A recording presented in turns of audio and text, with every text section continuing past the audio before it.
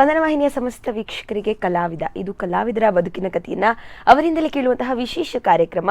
ಇವತ್ತು ನಮ್ಮೊಂದಿಗಿದ್ದಾರೆ ಅಕ್ಷತ್ ಅವರು. ವೃತ್ತಿಯಲ್ಲಿ ಕೂಡ ಏನು ಹೇಳುವಂಥದ್ದು, ಈ ನಾಟಕವನ್ನು ಕಲಾಕ್ಷೇತ್ರವನ್ನೇ ಆಯ್ಕೆ ಮಾಡಿಕೊಂಡಿರುವಂತಹವರು. ನಮ್ಮ ಉಡುಪಿಯ ಪ್ರತಿಭೆ ಅಂತ ಹೇಳಲಿಕ್ಕೆ ನಾವೆಲ್ಲರೂ ಹೆಮ್ಮೆ ಪಡಬೇಕು. ಬನ್ನಿ ಅವರನ್ನ ಕಾರ್ಯಕ್ರಮಕ್ಕೆ ಸ್ವಾಗತಿಸಿಕೊಳ್ಳೋಣ. ಅಕ್ಷತ್ ಅವರೇ, ಕಾರ್ಯಕ್ರಮಕ್ಕೆ ಸ್ವಾಗತ.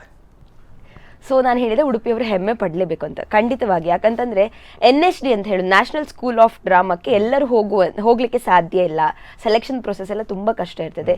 ನೀವು NSD ಬ್ಯಾಂಗ್ಳೂರಲ್ಲಿ ಹೋಗಿ ಕೋರ್ಸ್ ಮಾಡಿ ಬಂದಿದ್ದೀರಿ. ಸೊ ಅದಕ್ಕೆ ಫಸ್ಟ್ ಆಫ್ ಆಲ್ ಕಂಗ್ರ್ಯಾಚುಲೇಟ್ ಮಾಡ್ಲಿಕ್ಕೆ ಇಷ್ಟಪಡ್ತೇನೆ. ಸೊ ಈಗ ನಿಮ್ಮ ಈ ಏನ್ ಹೇಳುವಂಥದ್ದು ನಾಟಕದ ಜರ್ನಿ ಹೇಗೆ ಸ್ಟಾರ್ಟ್ ಆಯಿತು, ಮತ್ತೆ ಅದರಲ್ಲಿ ಏನೇನೆಲ್ಲ ನೀವು ಇಷ್ಟರವರೆಗೆ ಮಾಡಿದ್ದೀರಿ, ಯಾವ ನಾಟಕ ಮಾಡಿದ್ದೀರಿ, ಅದರ ಬಗ್ಗೆ ಎಲ್ಲ ಮಾತಾಡೋಣ. ಸೊ ಮೊದಲಿಗೆ ನೀವು ಅಂದ್ರೆ ಏನ್ ಹೇಳುವಂಥದ್ದು, ಸಣ್ಣ ವಯಸ್ಸಿನಿಂದಲೇ ಖಂಡಿತವಾಗಿ ಸ್ಟಾರ್ಟ್ ಮಾಡಿರ್ತೀರಿ. ಸೊ ಯಾವಾಗ ಸ್ಟಾರ್ಟ್ ಮಾಡಿದ್ರಿ? ಸ್ಟಾರ್ಟ್ ಆದದ್ದು ಫಸ್ಟ್ ಯಕ್ಷಗಾನದಿಂದ. ಅಂದ್ರೆ ನಾವು ಕೊಡೂರು ಸ್ಕೂಲಲ್ಲಿರುವಾಗ ಯಕ್ಷ ಶಿಕ್ಷಣ ಇದರಲ್ಲಿ ನಮಗೆ ಯು ದುಗ್ಗಪ್ಪ ಅಂತ ಯಕ್ಷಗಾನ ಹೇಳಲಿಕ್ಕೆ ಕೊಟ್ಟರು. ಆಮೇಲೆ ಯಕ್ಷಗಾನ ಮಾಡಿದ್ವಿ. ವಾರ್ಷಿಕೋತ್ಸವದಲ್ಲಿ ಯಕ್ಷಗಾನ ಮಾಡಿದಾಗ ನನ್ನೊಂದು ಶ್ವೇತಕುಮಾರ ಚರಿತ್ರೆಯಲ್ಲಿ ಲೋಹಿತ ನೇತ್ರ ಅಂತ ಒಂದು ಪಾತ್ರ, ಅದನ್ನು ನಮ್ಮ ಸುಮನಸ ತಂಡದ ಅವ್ರು ನೋಡಿದರು. ಅವರೊಂದು 2 days ಬಿಟ್ಟು ಎಲ್ಲ ಸಿಕ್ಕಿದಾಗ ಕೇಳಿದರು ನಮ್ಮ ಅಧ್ಯಕ್ಷರು ಪ್ರಕಾಶ್ ಜಿ ಅವರಂತ, ಅವ್ರದ್ದೊಂದು ಸ್ಟೈಲ್ ಉಂಟು, ಅದೊಂದು ಆಟ ಮಾಡ್ತೀನಿ ಅಂತ ಹೇಳಿದ್ರು. ಹೌದು ಹೇಳಿ, ಹೆಂಗಲ್ಲ ಟೀಮ್ ಉಂಟು ಬರ್ಬಾನ ಹೇಳಿ. ನನಗೆ ಅಷ್ಟು ಅಂದರೆ ನೋಡಿದ್ದೆ ಅವ್ರ ನಾಟಕಗಳೆಲ್ಲ, ನಂಗೆ ಗೊತ್ತಿರಲಿಲ್ಲ. ನಾನು ಅವಾಗ ಸಣ್ಣ ವಯಸ್ಸು 5th standard. ಅವರು ಆಯಿತು ಬರ್ತೇನೆ ಹೇಳಿದೆ. ಆಮೇಲೆ ಹೋದಾಗ ಅಲ್ಲಿ ಫಸ್ಟ್ ಯಕ್ಷಗಾನ ಅಂತ ನಾವು ಓದೋದು. ಆಮೇಲೆ ಅಲ್ಲಿ ಅವ್ರು ನಾಟಕ ಎಲ್ಲ ಮಾಡೋದು ನೋಡ್ತಿದ್ದೆ. ನನಗೆ ಭಾರಿ ಇಂಟ್ರೆಸ್ಟ್ ಇತ್ತು, ನಾಟಕ ನೋಡ್ತಾ ಇದ್ದೆ. ಅವರೆಲ್ಲ ಪ್ರತಿ ವರ್ಷ ವಾರ್ಷಿಕೋತ್ಸವದಲ್ಲಿ ನಾಟಕ ಮಾಡ್ತಿದ್ದಾಗ ನೋಡ್ತಾ ಇದ್ದೆ. ಸೊ ನನಗೂ ಮಾಡಬೇಕಂತ ಒಂದು ಭಾಳ ಆಸೆ ಇತ್ತು. ಸೊ ಫಸ್ಟ್ ಯಕ್ಷಗಾನ ಆಯಿತು, ಆಮೇಲೆ ನಾಟಕ ಮಾಡುವ ಅಂತ ಮನಸ್ಸಾಯಿತು. ಹಾಗೆ ಅಲ್ಲಿಂದ ಸ್ಟಾರ್ಟ್ ಆಯಿತು. ಸೊ ನೀವು ಈಗ ಯಾವ ತಂಡದಲ್ಲಿ ಮಾಡ್ತಾ ಇದ್ದೀರಿ ನಾಟಕಗಳನ್ನು? ಯಾವ ತಂಡದಿಂದ ಆರಂಭ ಮಾಡಿದ್ರಿ? ನಾನು ಆರಂಭ ಮಾಡಿದ್ದು, ಈಗ ಇರುವುದು, ಮುಂದೆ ಇರುವುದು ಎಲ್ಲ ನಮ್ಮ ಸುಮನಸ ತಂಡ. ಸುಮನಸ ಕೊಡವರು. ಹೌದು. ಓಕೆ. ಸೊ ಅವರೊಟ್ಟಿಗೆ ಅಂದ್ರೆ ಒಂದೇ ತಂಡದೊಟ್ಟಿಗೆ ಬರಬೇಕು ಅಂತಂದ್ರೆ ಆ ತಂಡದವರ ಸಪೋರ್ಟ್ ಕೂಡ ತುಂಬಾ ಇಂಪಾರ್ಟೆಂಟ್ ಆಗ್ತದೆ.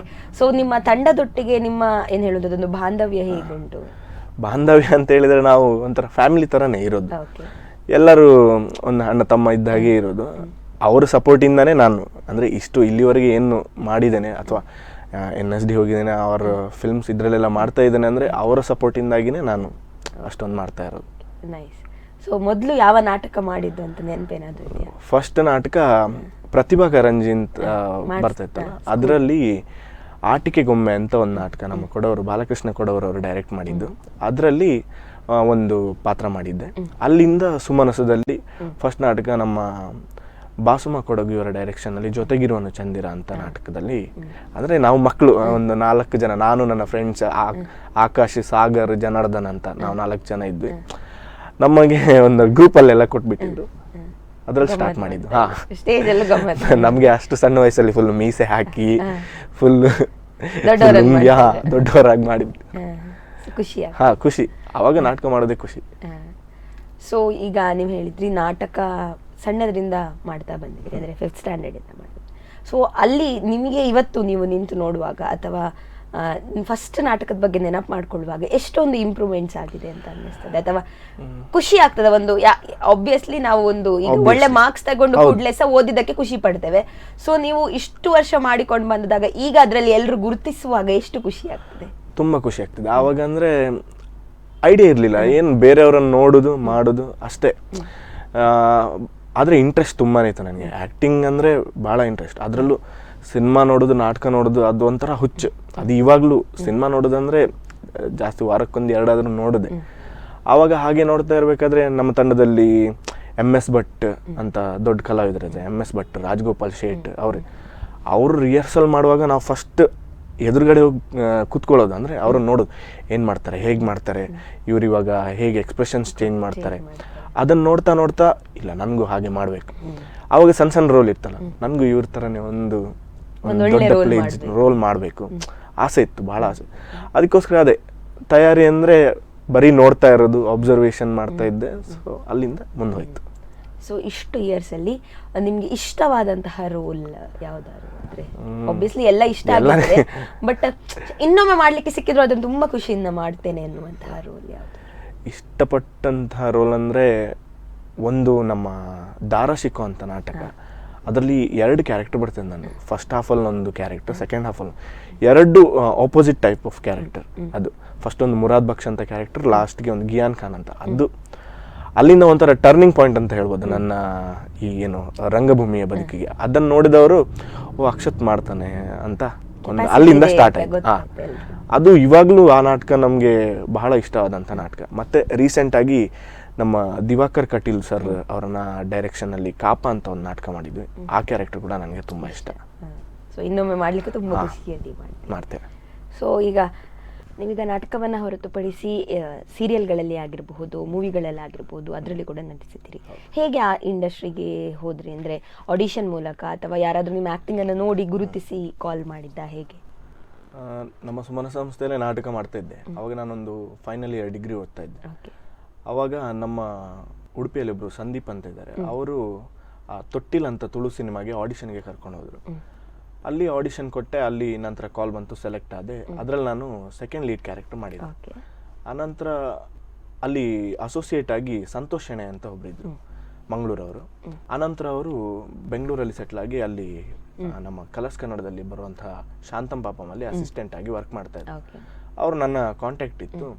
ಒಂದಿನ ಹೀಗೆ ಪರ್ಯಾಯದ ದಿನ ಅವ್ರು ಫೋನ್ ಮಾಡಿದ್ರು ನನಗೆ. ಎಲ್ಲಿದ್ದಿ ಕೇಳಿದರು. ಉಡುಪಿಯಲ್ಲಿದ್ದೇನೆ, ಇವತ್ತು ನೈಟ್ ಹೊರಟು ಬರ್ಲಿಕ್ಕೆ ಆಗ್ತದಾ? ಒಂದು ಎಪಿಸೋಡಲ್ಲಿ ಕ್ಯಾರೆಕ್ಟರ್ ಉಂಟು, ಒಂದು ಮಾಡ್ತೀಯಾ ಕೇಳಿ. ಸರಿ ಸರ್ ಮಾಡ್ತೇನೆ ಅಂತ ಹೇಳಿದಾಗ ಮತ್ತೆ ಅವರು ಸ್ಕ್ರಿಪ್ಟ್ ಎಲ್ಲ ಕಳಿಸಿದ್ರು. ಆಮೇಲೆ ನಾನು ಹೋದೆ. ಅಲ್ಲಿ ನಿಶ್ಚಯ್ ಕಡೂರ್ ಅಂತ ಡೈರೆಕ್ಟರ್, ಅವ್ರು ಯಂಗ್ ಡೈರೆಕ್ಟರ್ ಒಬ್ರು, ಅವರು ಡೈರೆಕ್ಷನಲ್ಲಿ ಮಾಡಿದೆ. ಫಸ್ಟ್ ಸ್ವಲ್ಪ ನರ್ವಸ್ ಇತ್ತು, ಬಟ್ ಇಲ್ಲ ಕ್ಯಾಮ್ರಾ ಫೇಸ್ ಇರ್ತಾರೆ. ಆ ಮೂಮೆಂಟಲ್ಲಿ ನಾವು ಅದನ್ನು ಅರ್ಥ ಮಾಡಿಕೊಂಡು ಆ ಸೀನ್ ಏನಿದೆ, ಅದರ ಒಂದು ಏನು ಹೇಳ್ತಾರೆ ರಿದಮ್ ಏನಿದೆ, ಡೈಲಾಗ್ಸ್ ರಿದಮ್ ಏನಿದೆ, ಅದನ್ನು ನಾನು ಆ್ಯಸ್ ಎನ್ ಆರ್ಟಿಸ್ಟ್ ಫಸ್ಟ್ ಅದನ್ನು ಅರ್ಥ ಮಾಡ್ಕೋತೇನೆ. ಫಸ್ಟ್ ನೋಡ್ತೇನೆ, ಅರ್ಥ ಮಾಡಿಕೊಂಡು ನಂತರ ಅದನ್ನು ಒಂದ್ಸಲ ಮಾಡಿ ತೋರಿಸ್ತೇನೆ. ಅವ್ರು ಓಕೆ ಹೇಳಿದರೆ ಓಕೆ, ಇಲ್ಲಾಂದರೆ ಬೇರೆ ಟೈಪ್ ಕೂಡ ಮಾಡ್ಬೋದು. ಅಲ್ಲಿ ನಮಗೆ ಆಪ್ಷನ್ಸ್ ಇದೆ. ಒಂದ್ಸಲ ನಾವು ಈ ಥರ ಮಾಡಿದರೆ ನಮ್ಗೆ ಏನಾದರೂ ಬೇರೆ ಮಾಡಬೇಕು ಅಂತ ಅನ್ಸಿದ್ರೆ ಅವ್ರನ್ನ ಒಂದ್ಸಲ ರಿಕ್ವೆಸ್ಟ್ ಮಾಡ್ಬೋದು, ಸರ್ ಇದಕ್ಕಿಂತ ಒಂದ್ಸೂರು ಬೆಟರ್ ಮಾಡ್ಬೋದೇನೋ, ನಾನು ಮಾಡ್ತೇನೆ ಇನ್ನೊಂದ್ಸಲ ಹೇಳುವಾಗ ಅವ್ರು ಓಕೆ ಹೇಳ್ತಾರೆ, ಮಾಡ್ತೇನೆ ಹಾಗೆ. ಸೊ ಈಗ ಯಾವ ಮೂವಿಯಲ್ಲಿ ವರ್ಕ್ ಮಾಡ್ತಾ ಇದ್ದೀರಿ? ಯಾವ ಮೂವೀಸ್ ಬರ್ಲಿಕ್ಕಿದೆ? ಇದರ ಬಗ್ಗೆ ಒಂದು 3 ಮೂವೀಸ್ ನಂದು ಶೂಟಿಂಗ್ ಕಂಪ್ಲೀಟ್ ಆಗಿದೆ. ಒಂದು ನಮ್ಮ ಫಸ್ಟ್ ಒಂದು ತುಳು ಸಿನಿಮಾ ಅದು ಅರ್ಧಕ್ಕೆ ನಿಂತು ಹೋಯಿತು. ನಮ್ಮ ಶಂಕರ್ ಅಂತ ಬೆಂಗಳೂರವರು, ಅವರು ಡೈರೆಕ್ಟ್ ಮಾಡ್ತಾಯಿದ್ರು. ಅದು ಏನೋ ಪ್ರಾಬ್ಲಮಿಂದ ನಿಂತು ಹೋಯಿತು. ಅದಾದಮೇಲೆ ಅವರೇ ನನಗೆ ಒಂದು ಸ್ವಲ್ಪ ಟೈಮ್ ಬಿಟ್ಟು ಫೋನ್ ಮಾಡಿದರು, ನಾನು ಬೆಂಗಳೂರಲ್ಲಿ ಒಂದು ಸಿನಿಮಾ ಮಾಡ್ತಿದ್ದೇನೆ, ಒಂದು ಒಳ್ಳೆ ಕ್ಯಾರೆಕ್ಟರ್ ಉಂಟು, ಅಂದರೆ ಅದು ಕೂಡ ಸೆಕೆಂಡ್ ಲೀಡ್ ಕ್ಯಾರೆಕ್ಟ್ರೇ, ನೀನು ಮಾಡ್ತೀಯಾ ಕೇಳಿದ್ರು. ಹಾಂ ಸರ್ ಮಾಡ್ತೇನೆ ಅಂತ ಹೇಳಿದೆ. ಅದು ಶೂಟ್ ಕಂಪ್ಲೀಟ್ ಆಯಿತು. ಫುಲ್ ಬ್ಯಾಂಗ್ಳೂರಲ್ಲೇ ಶೂಟ್ ಇತ್ತು. ಅದು ಒಂದು ದಿನ ಏನೋ ಉಡುಪಿ ಸೈಡಲ್ಲಿ ಸಾಂಗ್ ಶೂಟ್ ಇತ್ತು, ಮತ್ತೆಲ್ಲ ಬೆಂಗಳೂರಲ್ಲೇ ಅದಾಯಿತು. ಅದಾದ ನಂತರ ರೀಸೆಂಟಾಗಿ ಒಂದು ಮೈಸೂರಲ್ಲಿ ಒಂದು ಶೂಟ್ ಮುಗಿಸ್ಕೊಂಡು ಬಂದೆ. ನಮ್ಮ ಪ್ರಸಾದ್ ಪುತ್ತೂರ್ ಅಂತ ಒಬ್ಬರು ಡೈರೆಕ್ಟರ್ ಇದ್ದಾರೆ, ಅವರು ಬೆಂಗಳೂರಲ್ಲೇ ಪ್ಯಾಪ್ ಕ್ಯಾಮರಾ ರೆಂಟಲ್ಸ್ ಅಂತ ಅದನ್ನು ಓನ್ ಮಾಡ್ತಾರೆ. ಅವರೇ ಡೈರೆಕ್ಟ್ ಮಾಡಿದರು, ಸ್ಟೋರಿ ಬರೆದು ಡೈರೆಕ್ಟ್ ಮಾಡಿದರು. ಅವ್ರದ್ದೇ ಎಲ್ಲ ಕ್ಯಾಮ್ರಾ ಸೆಟಪ್ ಎಲ್ಲ ಇತ್ತು. ಸೊ ಮೈಸೂರಲ್ಲಿ ಶೂಟ್ ಮಾಡಿದ್ದಾರೆ. ಅದಾಗಿ ಇನ್ನೊಂದು ಶೆಡ್ಯೂಲ್ ಮುಗ್ದಿದೆ. ನಮ್ಮ ದಿಯಾದಲ್ಲಿ ಅಸೋಸಿಯೇಟ್ ಡೈರೆಕ್ಟರ್ ಆಗಿದ್ದಂಥ ದರ್ಶನ ಪೂರ್ವ ಅಂತ ಒಬ್ಬರು ಡೈರೆಕ್ಟರ್ ಇದ್ದಾರೆ, ಅವರೇ ಡೈರೆಕ್ಟ್ ಮಾಡ್ತಾ ಇರುವಂಥದ್ದು ನಮ್ಮ ಪೃಥ್ವಿ ಅಂಬರ್ ಮತ್ತು ಸೇಮ್ ದಿಯಾ ಹೀರೋಯಿನ್ ಖುಷಿ ರವಿ ಅವರ ಕಾಂಬಿನೇಷನ್ ಅಲ್ಲಿ ಬರ್ತಾ ಇರುವಂತಹ ಒಂದು ಕನ್ನಡ ಸಿನಿಮಾ, ಅದರಲ್ಲಿ ಒಂದು ಒಳ್ಳೆ ಕ್ಯಾರೆಕ್ಟರ್ ಮಾಡ್ತಾ ಇದ್ದೇನೆ. ಆಲ್ ದ ಬೆಸ್ಟ್ ಹೇಳಲಿಕ್ಕೆ ಇಷ್ಟಪಡ್ತೇನೆ. ಸೊ ನಿಮಗೆ ಈಗ ಅಂದರೆ ನಾಟಕವನ್ನು ಮಾಡುವಾಗ ಜನರ ರೆಸ್ಪಾನ್ಸ್ ಅನ್ನೋದು ಡೈರೆಕ್ಟ್ಲಿ ಸಿಗುವಂಥದ್ದು, ಅಂದರೆ ಅಲ್ಲಿ ಅವ್ರು ಕ್ಲಾಪ್ಸ್ ಹಾಕ್ತಾರೆ ಅಥವಾ ಈಗ ಫನ್ನಿ ಎಂತಾರು ಮಾಡಿದ್ರೆ ಒಂದು ವಿಜಿಲ್ ಹಾಕ್ತಾರೆ, ಎಂಜಾಯ್ ಮಾಡ್ತಾರೆ. ಬಟ್ ಈ ಸೀರಿಯಲ್ ಆಗಿರಬಹುದು, ಮೂವಿ ಆಗಿರ್ಬೋದು, ಹಾಗಲ್ಲ. ನಾವು ಸುಮಾರು ದಿನ ವರ್ಕ್ ಮಾಡಿ ಸುಮಾರು ದಿನ ಆದಮೇಲೆ ರೆಸ್ಪಾನ್ಸ್ ಸಿಗುವಂಥದ್ದು. ಸೊ ನಿಮಗೆ ಆಗ ಹೇಗೆ ಅನ್ನಿಸ್ತದೆ? ಅಂದರೆ ಈಗ ನಾಟಕವನ್ನು ಮಾಡುವಾಗ ಸಿಗುವಂತಹ ರೆಸ್ಪಾನ್ಸ್ ಖುಷಿ ಕೊಡ್ತದೆ, ಅಥವಾ ರೆಸ್ಪಾನ್ಸ್ ಖುಷಿ ಕೊಡ್ತದೆ ಖಂಡಿತವಾಗಿ, ಒಬ್ಬ ಆರ್ಟಿಸ್ಟಿಗೆ ಬೇಕು ಕೂಡ. ಬಟ್ ಯಾವ್ದು ನಿಮಗೆ ಖುಷಿ ಆಗ್ತದೆ? ಅಂದರೆ ಆಬ್ವಿಯಸ್ಲಿ ನಾಟಕ ಮಾಡಿದಾಗಲೇ, ಯಾಕಂದ್ರೆ ಅದು ಆನ್ ಸ್ಪಾಟ್ ಸಿಗ್ತದೆ ನಮಗೆ. ಅಲ್ಲಿ ಅವ್ರಿಗೆ ಏನು ಖುಷಿ ಆಯ್ತಾ, ಎನರ್ಜಿ ಕಂಟಿನ್ಯೂ ಮಾಡಿ, ಆ ಸೀನ್ ಎಂಡ್ ಆದಾಗ ಒಂದು ಕ್ಲಾಪ್ಸ್ ಬಂದಾಗ ಒಂದು ಖುಷಿ ಬರುತ್ತೆ ನಮಗೆ. ಇದರಲ್ಲಿ ಡೈರೆಕ್ಟರ್ ಚೆನ್ನಾಗಿದೆ ಅಂತ ಹೇಳಿದಾಗ ಖುಷಿ ಬರುತ್ತೆ ಸಿನಿಮಾ ಅಥವಾ ಇದರಲ್ಲಿ. ಆಮೇಲೆ ಎಷ್ಟೇ ಇದು ನಾವು ಮಾಡಿದ್ರು, ಎಷ್ಟು ನಮ್ಮ ಫ್ರೆಂಡ್ಸ್ ಚೆನ್ನಾಗಿದೆ ಅಂದರು, ನಮಗೆ ಒಂದ್ಸಲ ಸಿನಿಮಾದಲ್ಲಿ ಅವ್ರ ಸೀರಿಯಲಲ್ಲಿ ಇದರಲ್ಲಿ ಮಾಡಿ ಬಂದಾಗ ಕ್ಯಾಮ್ರಾ ಮುಂದೆ ಅದು ಎಷ್ಟು ಸಲ ನೋಡಿದ್ರು ಮತ್ತೆ ನಮ್ಗೆ ಅನ್ಸೋದು ಇದನ್ನೇನೋ ಬೆಟರ್ ಮಾಡ್ಬೋದಿತ್ತು, ಇನ್ನೂ ಬೆಟರ್ ಮಾಡ್ಬೋದಿತ್ತು. ಯಾರು ಬಂದು ಚೆನ್ನಾಗಿದೆ ಅಂತ ಹೇಳುವಾಗ ಇಲ್ಲ ಮಾರ ಇನ್ನೂ ಚೂರು ಬೆಟರ್ ಮಾಡ್ಬೋದಿತ್ತು, ಹಾಗೆ ಅನಿಸ್ತದೆ. ಅದೇ. ಸರಿ, ಈಗ ನೀವು ನಾಟಕವನ್ನ ಎಲ್ಲೆಲ್ಲಿ ಪರ್ಫಾರ್ಮ್ ಮಾಡಿದ್ದೀರಾ, ಎಲ್ಲಿ ಪರ್ಫಾರ್ಮ್ ಮಾಡಿದ್ದು ತುಂಬಾ ನೆನಪು, ಅಂದ್ರೆ ಖಂಡಿತವಾಗಿ ಒಂದು ಕಡೆ ಹೋದ ಜರ್ನಿ ತುಂಬಾ ನೆನಪು ಉಳಿತದೆ. ಯಾಕಂತಂದ್ರೆ ಕಲಾವಿದರಿಗೆ ಆನ್ ಸ್ಟೇಜ್ ಅವರು ಎಷ್ಟು ಗಮ್ಮತ್ ಮಾಡ್ತಾರೆ ಅಥವಾ ಎಷ್ಟು ಎಂಜಾಯ್ ಮಾಡ್ತಾರೆ ಒಂದು ನಾಟಕವನ್ನ, ಹೋಗುವಾಗ ಸಹ ಅಷ್ಟೇ ಒಂದು ಜರ್ನಿಗಳನ್ನು ಕೂಡ ಎಂಜಾಯ್ ಮಾಡ್ತಾರೆ. ಸೊ ಅಂತಹ ಜರ್ನಿ ಯಾವ್ದಾರಿದೆಯಾ? ತುಂಬಾ ಇದೆ. ನಾವು ಪ್ರತಿ ವರ್ಷ ಮುಂಬೈಗೆ ಹೋಗ್ತಾ ಇತ್ತು, ಅಂದ್ರೆ ಅಲ್ಲಿ ಕಾಂಪಿಟೇಷನ್ಗೆ ನಮ್ಮ ತಂಡದಿಂದ ಎಲ್ಲ ನಮ್ಮ ಫ್ರೆಂಡ್ಸೇ ಇರೋದ್ರಿಂದ ಫುಲ್ ಗಮ್ಮತ್ತೆ ಅದರಲ್ಲೇನು. ಮತ್ತೆ ಒಂದ್ಸಲ ನಾವು 2014-15 ಅನಿಸ್ತದೆ ಡೆಲ್ಲಿಯಲ್ಲಿ ಒಂದ್ಸಲ ನಾಟಕ ಮಾಡಿದ್ದು. ನಾವು ಮತ್ತೆ ಉಡುಪಿಯ ರಂಗಭೂಮಿ ಟೀಮ್ 2 ನಾಟಕ ಇಟ್ಕೊಂಡು ಹೋಗಿದ್ವಿ. ಹಾಗೆ ಒಂದು 50 ಮೆಂಬರ್ಸ್ ಒಟ್ಟಿಗೆ ಹೋಗಿದ್ವಿ. ಆ ಜರ್ನಿ ಕೂಡ ಒಳ್ಳೆ ಅಂದ್ರೆ ಗಮ್ಮತ್ತಾಗಿತ್ತು. ಸೊ ನಿಮ್ಗೆ ನೆನಪಿಟ್ಟುಕೊಳ್ಳುವಂತಹ ಒಂದು ಕಡೆ ಯಾವ್ದಾದ್ರು ಪರ್ಫಾರ್ಮೆನ್ಸ್, ಅಂದ್ರೆ ಈಗ ಒಂದು ಕಡೆ ಶೋ ಮಾಡಿದ್ದು ತುಂಬಾ ಎಲ್ರಿಗೆ ಖುಷಿ ಆಗಿದ್ದು ಅಥವಾ ನಿಮ್ಗೆ ತುಂಬಾ ಖುಷಿ ಆಗಿದ್ದು ಅಂತದ್ದು ಯಾವ್ದಾದ್ರು? ಆ ಥರದ್ದು ನಮ್ಮ ರೀಸೆಂಟ್ ಆಗಿ ಮಾಡಿದಂತಹ ಕಾಪ ನಾಟಕ, ಅದು ಎಲ್ಲಿ ಮಾಡಿದ್ರು ಜನರಿಂದ ಒಳ್ಳೆ ರೆಸ್ಪಾನ್ಸೇ ಬಂತು. ಅಂದ್ರೆ ಆ ನಾಟಕವೇ ಹಾಗಿದೆ, ಜನರನ್ನ ಕೂರಿಸ್ತದೆ ಆ ಥರ ನಾಟಕ. ಮತ್ತೆ ಲಾಸ್ಟ್ ಮುಗ್ದಾಗ್ಲೂ ಅಷ್ಟೇ ಒಂದು ಎಫೆಕ್ಟ್ ಇದೆ ಆ ನಾಟಕದ. ಅದಾದ್ಮೇಲೆ ಜನ ಬಂದ ಅಪ್ರಿಸಿಯೇಷನ್ ಮಾಡುವಾಗ ನಮ್ಗೆ ಖುಷಿ ಆಗ್ತದೆ. ಈಗ ಯಾವ್ದಾರ ಒಂದು ಪ್ಲೇಸ್ ಅಲ್ಲಿ ಮಾಡಿದ್ದು ನೆನಪಿಟ್ಕೊಳ್ಬೇಕಂತಂದ್ರೆ, ರೀಸೆಂಟ್ ಆಗಿ ಕಾರ್ಕಳದಲ್ಲಿ ಒಂದು ಕಾಂಪಿಟೇಷನ್ ಹೋಗಿದ್ವಿ ನಾವು. ನಾಟಕ ಆಯ್ತು, ಯಾರು ಅಂತ ನಮ್ಗೆ ಪರಿಚಯನೇ ಇರಲಿಲ್ಲ. ಒಬ್ರು ವೈಟ್ ಆ್ಯಂಡ್ ವೈಟ್ ಬಟ್ಟೆ ಹಾಕೊಂಡಿದ್ರು, ಬಂದು ನನಗೆ ಹಗ್ ಮಾಡಿ ಇಟ್ಕೊಂಡು ಹೇಳಿದ್ರು ಚಂದ. ನನಗೆ ಅವ್ರ ಪರಿಚಯವಿಲ್ಲ, ಯಾರು ಇಲ್ಲ. ಆ ಥರ ಜನ ಬಂದು ಮಾತಾಡ್ಸಿದಾಗ ನಮ್ಗೆ ಖುಷಿ. ಅದು ನೆನಪಲ್ಲಿ ಉಳಿತದೆ ಸ್ವಲ್ಪ. ಸೊ ಹಾಗೆ ಈಗ ನಿಮಗೆ ಯಾವ, ಅಂದ್ರೆ ಇಷ್ಟು ನಾಟಕದಲ್ಲಿ ನಾನು ಕೇಳಿದಾಗ ಯಾವ ರೋಲ್ ನಿಮಗೆ ಇಷ್ಟ ಆಯ್ತು? ಸುಮಾರು ನಾಟಕ ಮಾಡಿದ್ರಿ, ಬಟ್ ಯಾವ್ದಾರು ಒಂದು ಸ್ಟೋರಿ ತುಂಬಾ ಇಷ್ಟ ಆಗಿರ್ತದೆ, ಅಂದ್ರೆ ಪ್ರೊಸೆಸ್ ಆದ್ಮೇಲೂ ಶೋಸ್ ಆದ ಮೇಲೂ ಕೂಡ ಆ ಸ್ಟೋರಿ ನೆನಪು ಮಾಡಿಕೊಂಡ್ರೆ ಅದೊಂಥರ ಇಂಪ್ಯಾಕ್ಟ್ ಆಗಿರ್ತದೆ. ಸೊ ಅಂತಹ ಸ್ಟೋರಿ ಯಾವ್ದಾರು? ಅದೇ ಇದೇ ನಾಟಕ, ಕಾಪ ಅನ್ನುವಂಥ ನಾಟಕ. ಯಾಕಂದ್ರೆ ಅದು ಜನರನ್ನ ಚಿಂತನೆಗೆ ಒಳಪಡಿಸ್ತದೆ. ಅಂದ್ರೆ ಆ ಥರ ಇದೆ. ಈ ಹಿಂದೆ ನಮ್ಮಲ್ಲಿದ್ದಂತಹ ಪದ್ಧತಿ, ಜಾತಿ ವ್ಯವಸ್ಥೆ, ಅದ್ರ ಬಗ್ಗೆ ಆ ನಾಟಕ ಮಾತಾಡ್ತದೆ. ಸೊ ಅದು ನಾಟಕ ಮುಗಿದ್ಮೇಲೂ ನಮ್ಮನ್ನ ಆರ್ಟಿಸ್ಟ್ ನಮ್ಮನ್ನ ಯೋಚನೆ ಪಡಿಸ್ತದೆ. ಅಂದ್ರೆ ಅಯ್ಯೋ ನಾವು ಸಹ ಹಾಗೆ ಮಾಡ್ತೇವಲ್ಲ, ಕೆಲವೊಂದು ಸಂದರ್ಭದಲ್ಲಿ ಹಾಗೆ ಆಬ್ವಿಯಸ್ಲಿ ಥಿಂಕ್ ಮಾಡ್ತೇವೆ ನಾವು, ಎಷ್ಟು ಇಲ್ಲ ಅಂತ ಹೇಳಿದ್ರು ಕೂಡ ಅದು ಅನಿಸ್ತದೆ. ಅಂದ್ರೆ ಇಲ್ಲ, ಸ್ವಲ್ಪ ನಾವು ಕೂಡ ಚೇಂಜ್ ಆಗಬೇಕು. ಆ ನಾಟಕದಲ್ಲಿ ಬರ್ದಿರೋದೇ ಹಾಗೆ, ನಾವು ಅದನ್ನ ಅಳವಡಿಸ್ಕೋಬೇಕು ಅಂತ. ಸೊ ಅಂದ್ರೆ ನೀವು ಈಗ ಹೇಳಿದ್ರೆ ಅಳವಡಿಸ್ಕೊಳ್ಬೇಕು ಅಂತ, ಯಾವ್ದಾದ್ರು ನಾಟಕದಿಂದ ನೀವು ಇಂಪ್ಯಾಕ್ಟ್ ಆಗಿ ಯಾವ್ದಾದ್ರು ಒಂದು ನಿಮ್ಮ ಲೈಫ್ ಸ್ಟೈಲ್ ಅಲ್ಲಿ ಏನಾದ್ರೂ ಒಂದು ಹ್ಯಾಬಿಟ್ ಅನ್ನ ಚೇಂಜ್ ಮಾಡಿಕೊಂಡದ್ದು ಅಥವಾ ಏನಾದ್ರೂ ಒಂದು ಪರ್ಸ್ಪೆಕ್ಟಿವ್ ಅನ್ನ ಚೇಂಜ್ ಮಾಡಿಕೊಂಡದ್ದು ಅಂತದ್ದು ಏನಾದ್ರೂ ಇದೆಯಾ? ಆ ಥರದೇ ಎಲ್ಲ ನಾಟಕದಲ್ಲಿ ಏನಾದ್ರೂ ಒಂದು, ಯಾವ ನಾಟಕ ಇದ್ರೆ ಅದರಲ್ಲಿ ಒಂದು ಮೆಸೇಜ್ ಇರುತ್ತೆ. ಆ ಮೆಸೇಜ್ ಇಂದ ನಾವೇನಾದ್ರೂ ಕಲಿಯೋದಿದ್ದೇ ಇರುತ್ತೆ. ಅದನ್ನ ಆದಷ್ಟು ನಾವು ಅನ್ಕೋತೇವೆ ಅಳವಡಿಸ್ಕೊಳ್ಬೇಕು ಲೈಫಿಗೆ. ಆದಷ್ಟು ಒಂದು ಏನಲ್ಲ ಅಂದ್ರೆ ಒಂದು 50% ಆದ್ರೂ ಅಳವಡಿಸ್ಕೊಂಡಿರ್ತೇವೆ.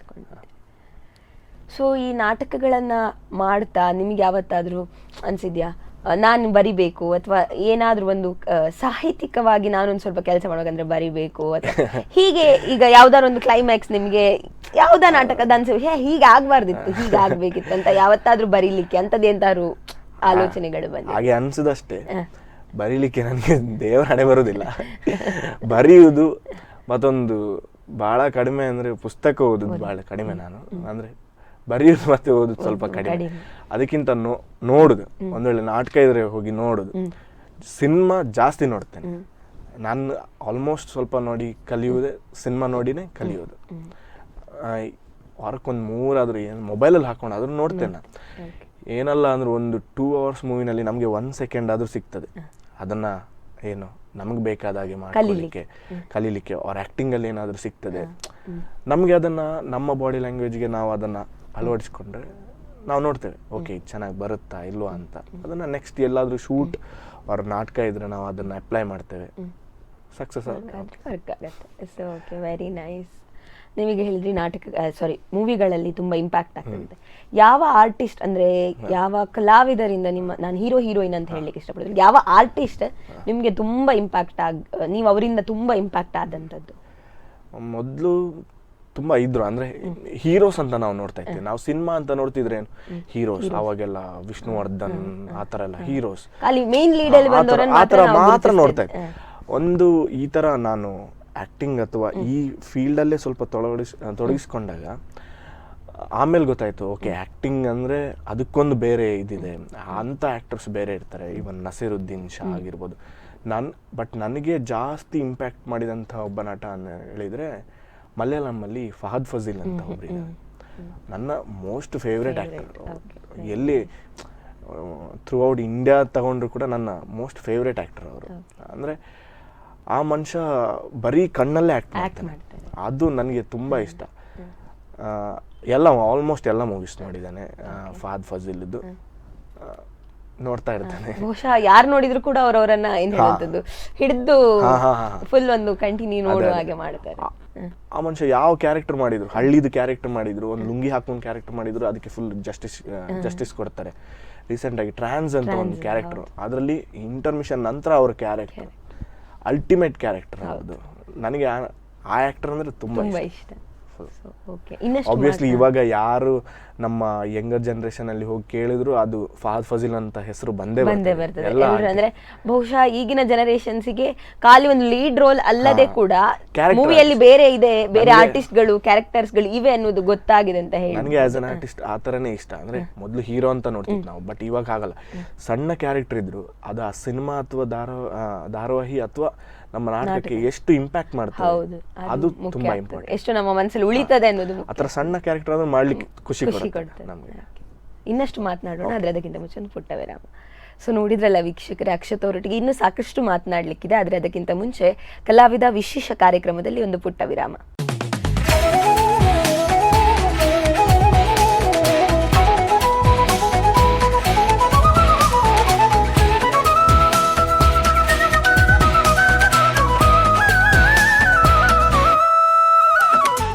ವಿರಾಮದ ಬಳಿಕ ಮತ್ತೊಮ್ಮೆ ಕಲಾವಿದ ವಿಶೇಷ ಕಾರ್ಯಕ್ರಮಕ್ಕೆ ಸ್ವಾಗತ. ಇವತ್ತು ನಮ್ಮೊಂದಿಗಿದ್ದಾರೆ ಅಕ್ಷತ್ ಅವರು. ಬನ್ನಿ ಮತ್ತೊಮ್ಮೆ ಅವರನ್ನ ಕಾರ್ಯಕ್ರಮಕ್ಕೆ ಸ್ವಾಗತಿಸ್ಕೊಳ್ತಾ ಅವರ ಈ ಕಲಾ ಬದುಕಿನ ಬಗ್ಗೆ ಮತ್ತಷ್ಟು ಮಾತನಾಡೋಣ. ಮತ್ತೊಮ್ಮೆ ಕಾರ್ಯಕ್ರಮಕ್ಕೆ ಸ್ವಾಗತ ಹೇಳ್ತಾ ಇದ್ದೇನೆ. ಸೊ ನಾನು ಫಸ್ಟಿಗೆ ಹೇಳಿದೆ NSDಗೆ ಹೋಗಿ ಬಂದಿದ್ರಿ. NSD ಅಂದ್ರೆ national school of drama. So ಅದ್ರ ಬಗ್ಗೆ ತಿಳಿಸಿ. ಅದರಲ್ಲಿ ಅಲ್ಲಿ ಅದು ಬೇರೆ ಬೇರೆ ಕಡೆ ಬ್ರಾಂಚಸ್ ಇದೆ. ಸೊ ನೀವೆಲ್ಲಿ ಕಲ್ತದ್ದು, ಅದ್ರ ಬಗ್ಗೆ ಸಹ ತಿಳಿಸಿಕೊಡಿ. ಕಾಲೇಜ್ ಮುಗಿಸಿ ನನಗೆ ಈ ಆ್ಯಕ್ಟಿಂಗ್ ಫೀಲ್ಡಲ್ಲಿ ಏನಾದರೂ ಮಾಡಬೇಕು ಅಂದರೆ ಇದನ್ನು ಇನ್ನೂ ಕಲಿಬೇಕು, ಆ್ಯಕ್ಟರ್ ಆಗಬೇಕು ಅಂತಲೇ ಮೊದಲಿಂದ ಒಂದು ಆಸೆ ಇದ್ದದ್ದು.